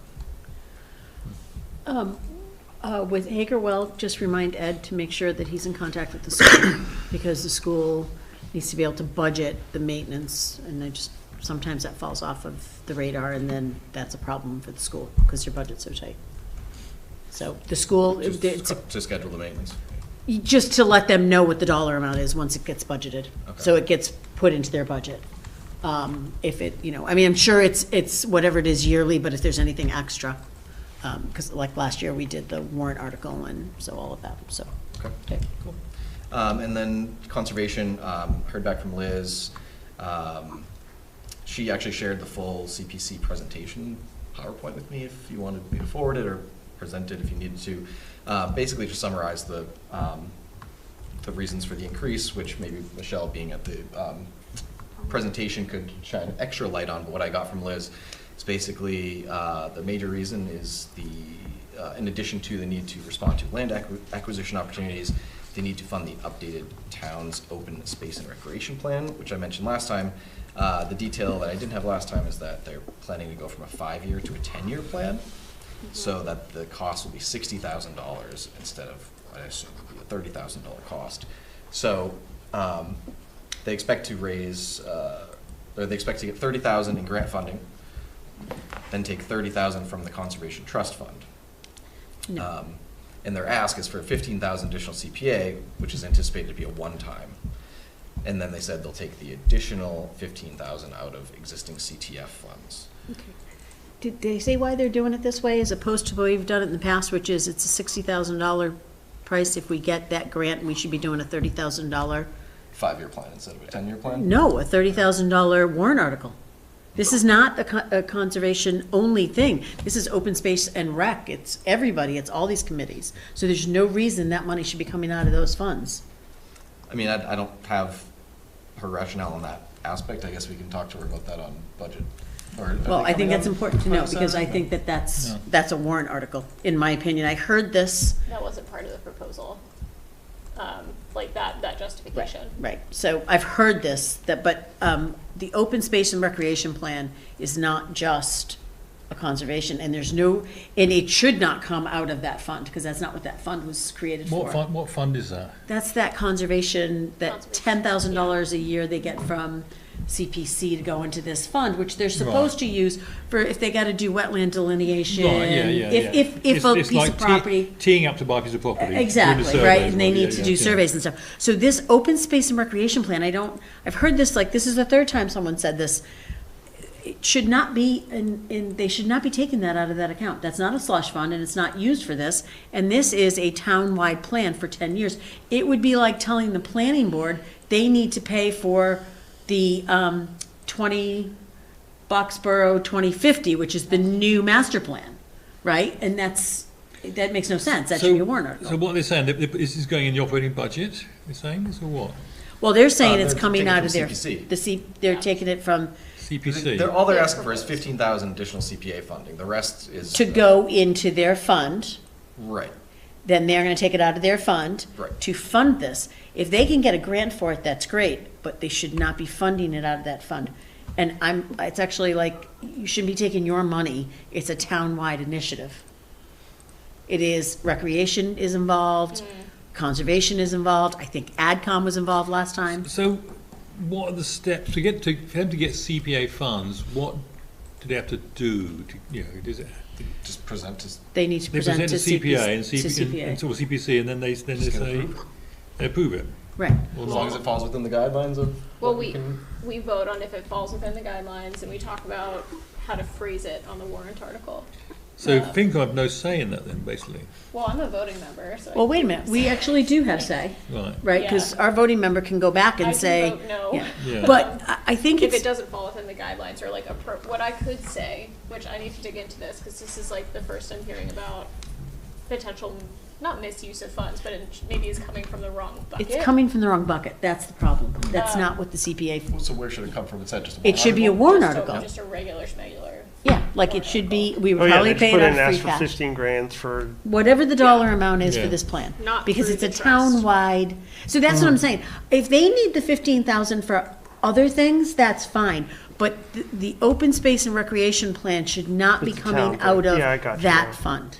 It's a town-wide initiative that involves multiple, unless this is a completely different plan. I don't think it is. It involves multiple departments, land departments. I mean, So- I don't know those guidelines, but I forget the gentleman's name who was not part of this commission, but was on one of the presentations that, brought up the 5 versus 10-year plan. It all seemed And copacetic in again, the conversation. So, Yeah, you I'm know. not saying they shouldn't do it. I'm not, I don't. No, I'm following They you. should do it. Right. It should be, if they think a 10-year plan, that's fine. they just need to get But- the money from the But right they need to place. get the money The from a wrong warrant article. There is no reason they should take it. That fund should be used for what it was originally intended for. And the open space and recreation plan is, unless this is a different plan we're talking about, is something that should be done through the town. Just like the master plan is done on a warrant article as well. It doesn't come out of the planning budget, even though the planning department is kind of in charge of the master plan. Right. It doesn't come out of the planning board Do you budget. want to dig into this with Liz, or should I shoot her a message?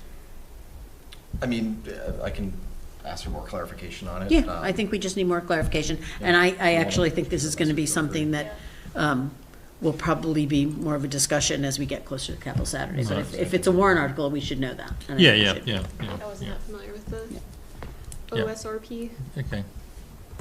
Yeah, I mean, I didn't Maria. know that was Yeah, sorry. Yeah. the pain point on there. I thought it was just the value that we were, so I didn't. Well, it I was the didn't- value, and I then they didn't pose those clarified. questions. Then they clarified it was 5 to 10, and then it made a lot of sense. But now I'm hearing like this may not be the correct bucket for this to be coming from in the first place. Mm-hmm. Who would make that determination, though? Is that just 100% fact, or is that an assumption because it doesn't sound right? It's what we did last time. So I don't know, I don't know why it would come out of that. I don't know why you'd want to take it, they'd want to take it out of that bucket.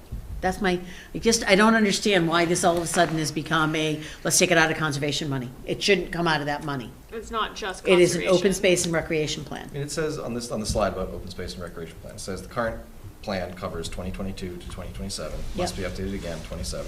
Yep. Expense has already been incorporated into the capital expense for fiscal year 27. Yep. 2025 Executive Office for Energy and Environmental Affairs permitted municipalities to develop 10-year plans. So this is a new thing that you can even do a 10-year plan as of last year. The cost for the previous one was $33,000 paid from the Conservation Trust Fund. It just seems like a crazy place to pay it from. Makes no sense to me. I mean, we can ask the question. I mean, if they're going based on the historical aspect, then they're just kind of, going with status quo, which is how it was done before. So Maria, you're saying it should come out of like a free cash or something? It should be a warrant article and come out of free cash. Yeah. We have to do it. The town's not gonna vote it down. Right. Because we're gonna get up, it's gonna be just like, we have to do it, and a lot of that also informs grants and stuff, land grants and stuff like that. So we have to have that done, just like we have to do a housing Yeah. production plan and a master plan that helps get a And state the grants. benefit of doing that is it's voted on by the town, so it's Yeah. like it becomes official. You're not going through a back door to do it. I mean, Yeah. if that was the right way to do it, I think then they would be happy because And they would plus- get what they need because Right. they have enough to cover the other portion. And it's not just theirs, right? Because it does say open space and recreation. So the recom's involved, the adcom's involved. It's not just a conservation thing. So to me, it makes more sense to do it this way. Also, I don't know why we would be using CPC funds if we can do a warrant article. So it's something that, the conversation needs to take place. So just to finish the slide, since I'm half or 3/4 of the way through, they said basically last time it reduced their trust fund balance and it limited their ability to respond to other priorities, so that this year they just want to make sure that they don't get into that same Right. position. They do currently have the highest trust fund that they've had. It's like 46,000 Yeah, as of they last. acknowledge that. But, you know, they're expecting a $50,000 to $60,000 expense. Half of it is going to be grant funded, so Yeah, that's just- the rationale. So you want me to check in, just say, what am I asking? Are you sure that this is the right way? Like, how I do I think we need pose to that talk to question? Mike. Mike is, it's, you know, I think the conversation just needs to take place. I think, maybe I'm completely off. Maybe Gary can help us out because it's on the capital plan, but it doesn't sound like funding it through the CPC fund is the place that should be funded. It's also not transparent because this is going to be an ongoing thing, whether it's in 5 years or 10 years, right? Because it was a 5-year plan. 5 years ago, we did this. It's, you know, it needs to be in the public. They need to understand that we're doing this and why. Yeah, it sounds like their plan is just to kind of roll Right. those payments into the trust fund, build it up, you know, slash it down when they need to do this plan and try to, you know. give some So buffer. Joe, could you talk to Mike about that? Because you're sort of au fait with this. I mean, I'm not sure I understand enough about it to actually have that conversation with him. Do you want to talk to Mike about it and check in with him, see where he thinks it should come from? Sure. Funding wise? Yeah, I can do that. That would be the best way of doing it. I think we could do it, you know, rather than me getting in the middle of that. And I am in favor personally, but I'm, you know, not But again, it's not officially, about, yeah. you know, Yeah. I cannot advocate. No, you can't, I mean, it's, yeah. I'm not opposed. I'm not opposed to the plan. Yeah. I'm At opposed all. to the way they're talking about funding it. Yes, it's a mechanical question. Yeah, right? it's a funding Is it, mechanism. where do you Like fund it? Where should we fund this from? You know, Right. yeah, what's the process? And we have That's 4.2 million. that's a cash. much easier Yeah, the thing to parliamentary get endorsed. procedure. Just Yeah. get the money from the right place. It sounds like either way, there's a mechanism to get it, you know? Yeah. And Yeah. it's I mean, in the grand scheme of our budget, it's pretty small, but I Yeah. totally get that we want to do it the right way. And especially if we're going to establish another precedent for the next 10 years, we want to. Right, yeah, and I think, to my point of view, I think having it in front of the town meeting is the way to do it, because then it's completely transparent, you know, and everyone's voting on it and agreeing it. So do you want me to recommend or just ask straight up, should this be CPC or should we, you know, No. do we want to push for it? Can this be XYZ or, you know? And I- Did someone just unmute? John, Oh, John, are you unmuted? That was Gary. I've been unmuted for a while. Oh, did you, oh, hi. hi Hello. there. Yeah, there's. No, that wasn't me. Yeah. That was somebody else. No, Oh, it was Gary's Gary. got his hand up. Gary. So I'll give you my 2 cents is that I will stand up at town meeting if this goes in as a CPC with 25,000 and vote, and ask to vote it down. It should be separate articles, CPC 10,000, a separate article for the land and recreation plan. And that way it's tracked.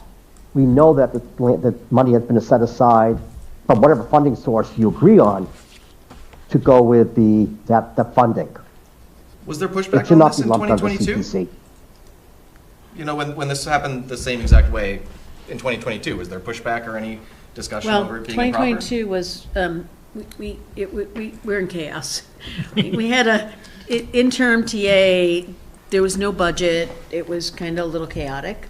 So, there's not pushback on the plan, so you gotta understand I that. get it. It's the funding mechanism for No, the but- plan. But I mean, was there pushback on the CPC Probably being the not, source of funding probably back not. then, We you were know? lucky that we got a budget into, we were lucky we got a budget into a warrant that year, so. So, I mean, are we under the impression that the commission now is just sort of going with the way it was done before? It was Probably. done before wrong and just needs to be corrected. Yeah, it could be that, yeah. I will talk to Michael Jones. The library having. To be continued. No updates on library or anyone else? Why do you have all the controversial things? Something about Steel Farm and goats that I need to Oh, talk yeah, to you yeah, about. the but- update. Steel Farm and goats? I saw it on the, you know, Throw me we'll on talk the about bus it. like that. That's I saw interesting. goats on That- an agenda. I gotta talk to either Chris or I guess maybe. I can blame it on the goat plan. Okay, Maria. I'm sorry, Joe? Tree revenue. Yes. To the comment about FY '22, Yep. in the capital plan, if they took money out of their fund to pay for something, I'm not sure that was ever discussed. Yeah. I can't say for sure, but if the capital plan had just 10,000 in 2022, just as an FYI. Okay. From CPC? For Conservation Trust Fund. And the funding source is the CPC. Yeah.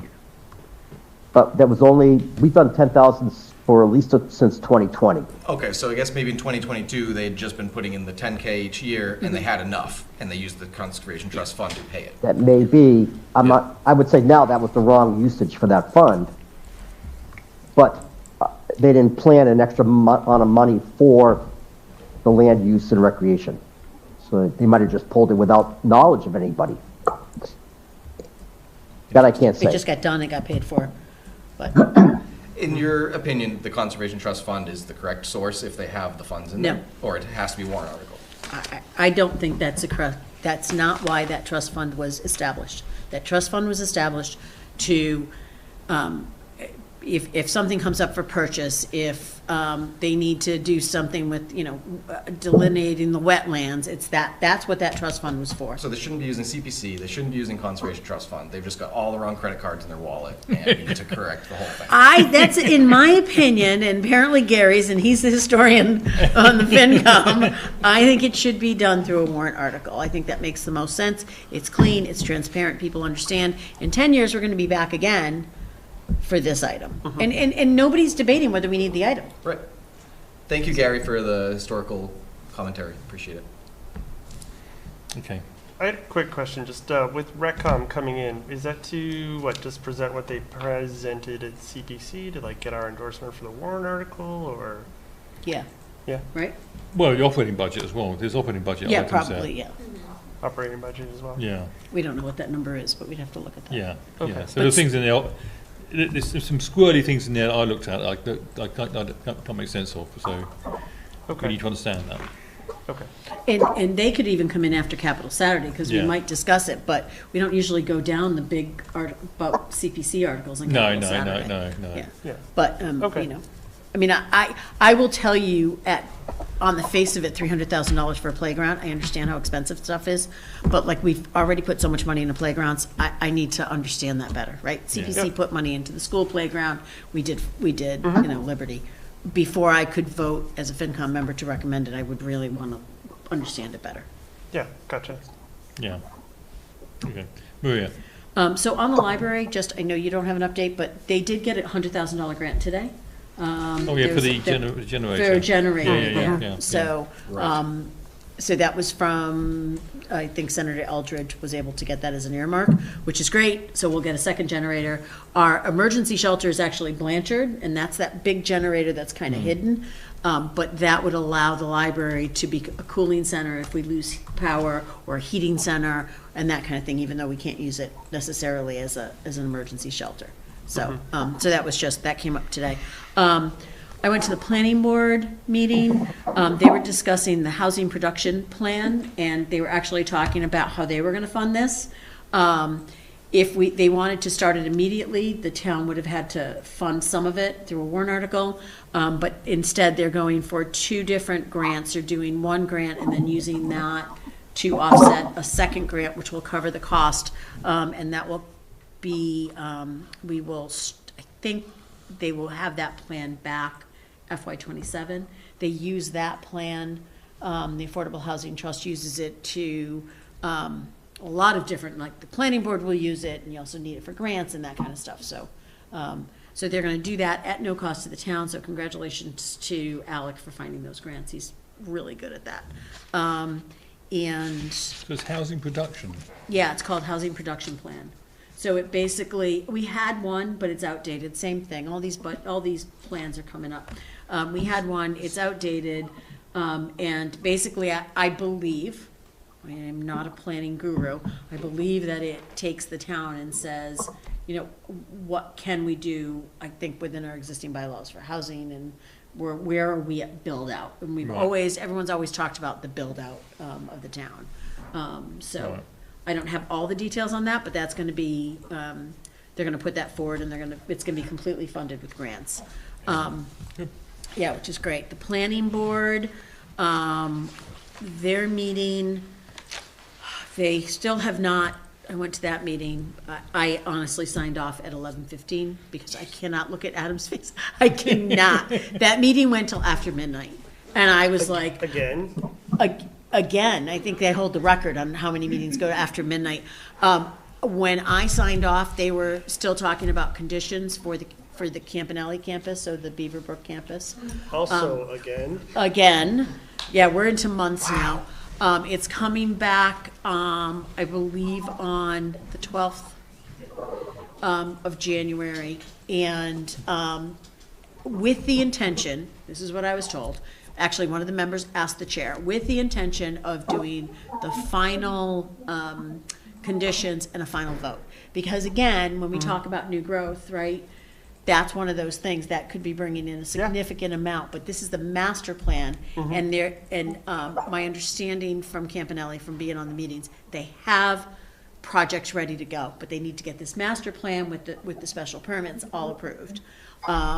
They also, I think at the last meeting, the meeting before, and I don't think we've met since then, approved the project for 975 Mass Ave, so that's gonna be like 3 or 4 contractor condo kind of building, right? It's like storage, contract storage. Not storage, but like, if I'm a contractor, I work out of there, I park my truck inside, I got my tools inside, that kind of thing. Yeah. They were at their deadline, 8 months, they asked for an extension, and the builder said, nope, just vote. And so it was voted 4-1. One of the members voted against it. Then it went to ZBA. They got their permitting at ZBA. So that's going to go forward, which is nice. So they'll probably be breaking land on that soon. It's great for growth, but, had Alec gotten his gateway district in, would that have stopped that from being able to be a thing? But they didn't get it in because it's like it's putting another contract or warehouse thing steps. You're not going to see it. downtown. You're not going to see Steps it. from our town centers. Not really. Town center's right here. That's way up the street. It's a mile up the street. No one's walking. There's no sidewalks. The thing is, here's the thing. They've put so many rules in about foliage, you're not gonna see the building. You don't see the one next to it. True. Right? There's DPW and there's a building. You can't see that building. You can see the driveway and the really nice granite post with the mailboxes. So we have to yeah, and again, if the planning board wanted to do that, then the planning board should have put that forward. Yeah. I mean, I think Rich came forward with a really good bylaw last year, and they chose not to bring it forward. Yeah. So, Just thinking of the big picture and the long term and, well, that's, their job is to plan, so they can do it this year. See why they're Day late, dollar short on that one. But No, but I could just see why they're going past midnight and just being thorough with everything again and again. Again and again. Yeah. And again and again. They're being very diligent. I guess. It's a lot of work.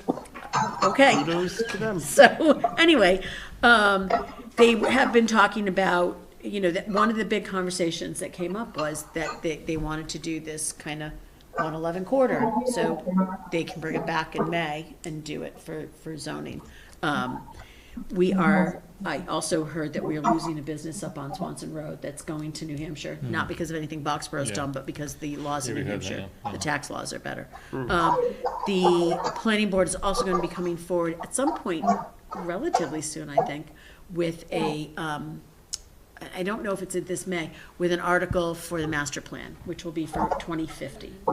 So we have to get the consulting. We do that through Mass Planning Association or something. I think that's it. Okay. John, Connor, or Jacques Cousteau, as you call you now. SEAL Team 6. Here we go. Yes. Sorry I've missed the last 2 meetings. I apologize for that, but my service to my country calls. So, no, not much going on with the school system. Is Adam there still? Did I hear Adam? He just left. He left. He gave us an update on the school budget situation and the school reorg situation. Yeah, so you probably know where we are. I mean, I wanted to ask him, it seems like, of the two, one of the things that they've done is there's 4 options left, and they've kind of characterized them. I don't need to speak for them, but my take on this is they've kind of characterized them as like 2 kind of like old school solutions and 2 new school solutions, which, and the new school solutions are the bigger cost savings. But I just don't like I just think it kind of polarizes it a bit needlessly. But I'm struggling to really understand what option 5 is. I got an idea, and it seems like it's primarily different from option 6 in its administrative structure, right? So you're introducing that to deal with a span of control issue that's introduced with option 6. But, they say it's 5 schools. And so one of my questions for Adam is it really 5 schools, or is it kind of 3 schools? And I think they just need to be really careful, and they need to provide more information on kind of what those 4 options are. And they were kind of balking at that a little bit during the last meeting. So saying, well, all option these 5 is assessment- actually, option 5 is 3 schools, because what they do is, No, yeah, but Maria, if you look at the description, it Yeah. says 5 schools. That's the problem I have. but I So think it's the banding within the school. So it's actually option 5V2 is Blanchard is its own school, but then the Understood. Boardwalk becomes one school with one principal and a couple of vice principals. And then in option 4, 6, and whatever the other one is, there are multiple schools in the buildings. Yeah, so that's not, well, I don't think it's especially clear. And secondly, I'd want to know kind of, it says 5 schools, Maria. So option 5.2 and option 6, let's call them option 5 and option 6 for now. Now going forward, option 5 says 5 schools in the description. And I understand there's banding in it. But it's not much, there's like one page, I think it's slide, I'm guessing here, I think it's slide 19, that shows you these little visual representations of what the school could be. And that's almost the extent of it in terms of what the actual underlying structure is going to be. And basically, this is a long-winded way of saying we need more information on what how those two options are going to kind of pair out and flow out. And again, they seem a little bit hesitant about that. So again, that's just what I wanted to ask Adam, and I was a little bit struggling quite a bit with that. You can probably talk to him offline, John, if you need to. Yeah, oh yeah, no, I'm definitely going to ping him an email. I was hoping to catch him today, but. And originally, I kind of questioned why those 2 were the same cost savings. It seemed like one had a greater administrative burden, is not the right word, but had more administrative staff than the other one. Yeah. But in the last meeting, Peter pretty much explained it pretty well, in that it's basically 4 principals across in both options. So they're just laid out a little bit differently. So, those are kind of the hot points that I had. I'm sure Adam or Liz gave you a better update than I could have. So They have a meeting Thursday night too, that I think he said they were going to be discussing this on Thursday. yep, yeah. Okay, I'm at the select board and we discuss budget stuff, which is, All we're going to be I know, talking but about for yeah, the next yeah. number of months. that's all I've got. So, BLF? Yeah, I was going to say oh, BLF. BLF. BLF, that was a big one. The night after our last meeting, so. Yeah. Was that the Wasn't after our gonna last make it. meeting? Yeah. Yeah. So what did we discuss at BLF? So It's fading into the background already in my mind. So budget, override, override, and it wasn't a discussion as to whether or not we needed one, because Yeah. at the time we thought we needed one. So there was a training that Tony sent the doodle thing out for everybody and anyone who's interested. I would suggest, well, if we're not doing an override, although we are for the fire station, I would suggest if you have an hour, and you can do it when it's scheduled, it is a really, really good training to understand campaign finance in Massachusetts, which is super important. Yeah, it might be worth doing it anyway. Whatever happens, maybe worth getting the training Yeah. anyway, because Yeah. we need to do it sooner or later. And if you can't make it, they're going to video. I assume they're going to video. It'll be it. recorded. So the challenge we've got is that there's not one date or time that works for everyone. So I did ask Becky today whether they would do it twice, but I don't think they would do that. So we may need to just watch the recording. Just, So maybe you can look at who can make it. Like, I've Yeah. already done it twice. Yeah. So if I had to miss a live one, I'm happy to watch a video. Yeah, yeah. But like Mary's done it twice. Adam has done it twice. There's a bunch of us that have already done it multiple times. Yeah, yeah. Priya's done it. Yeah. That maybe, now we did it through the Campaign Finance Commission. Yeah, and which we could do that as well. If you decide later we want to do that as well, we can always do that, right? I mean, so I think, that Yeah. training was really good. They're Yeah. the experts. I don't think KMP is the greatest idea, but that's just because they give free advice, a cell phone number. Like, we call them, we text them our flyers and say, are these acceptable? Yeah. And we get their approval before, this is in the fire station building committee. Yeah. That's a campaign finance. But Yeah. anyway, Yeah. So many if you guys processes. can do it or watch it, just to get kind of, it's really hard to know what you can and cannot say. Yeah, I'd like to watch it. It's really Yep. informative if you can't Yeah. make the meeting. Yeah, Did you respond to the thing? Did you? I just Yeah. amend it. Yeah, okay. Will it, All those working hours. Yeah. Like literally just 2, 3 p.m. if it ends up being in a time that, like, right now, like, the earlier ones is in the middle of my workday, but let's say I happen to not have a meeting then, even if like, can we all join? Even if we said no? Like, will we Yeah. all Oh, get yeah, the yeah, invite? yeah, yeah, We all no, get yeah. the invite regardless? Everyone will get the Zoom link, yeah. Yeah, So, okay, good. yeah. All right. Yeah, because like yeah. if I happen to not have something at that time, Yeah. and Yeah, might selected as well. time is like Tuesday at 10 in the morning, Yeah, like, yeah.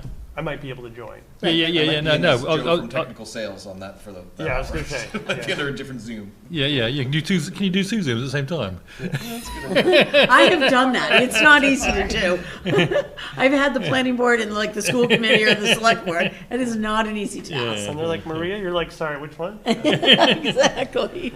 Yeah, okay. So what else did we discuss at BLF then? So we discussed that. We discussed this task force. Remember, you're supposed to bring it back to our committee. So we can't vote on this tonight, but we can talk about what we talked about at VLF. We talked about one of the biggest issues we have in town is new growth or lack thereof. And it's not just, the finance committee's in charge of the money. So we see the new growth from a budgetary perspective. The select board is in charge of policy.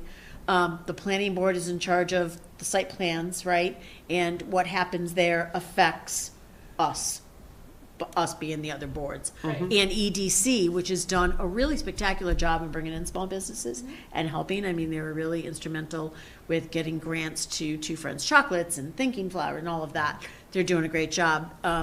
Getting a task force, so to speak, together to say, okay, here's our problem, we need new growth. How do we get there? And it's going to be a combination of committees. It's going to be a long view, but we need to take that long view. Since I was on the select board and I got on in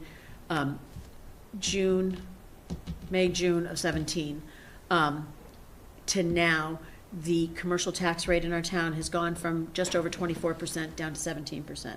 That shift has gone directly onto the residents. So when people complain about their taxes, that is why your tax, even though we're tight budgeting, that's why your taxes are going up higher than where they should be because we're budgeting. Because that money's got to shift from somewhere.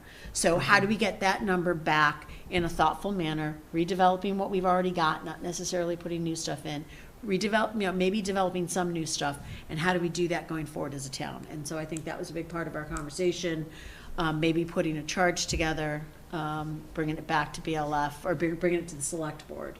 So we really do need to put that on an agenda at some point. Right. If that's something the FinCom thinks is interesting. Keep in mind, if that means somebody needs to volunteer for this.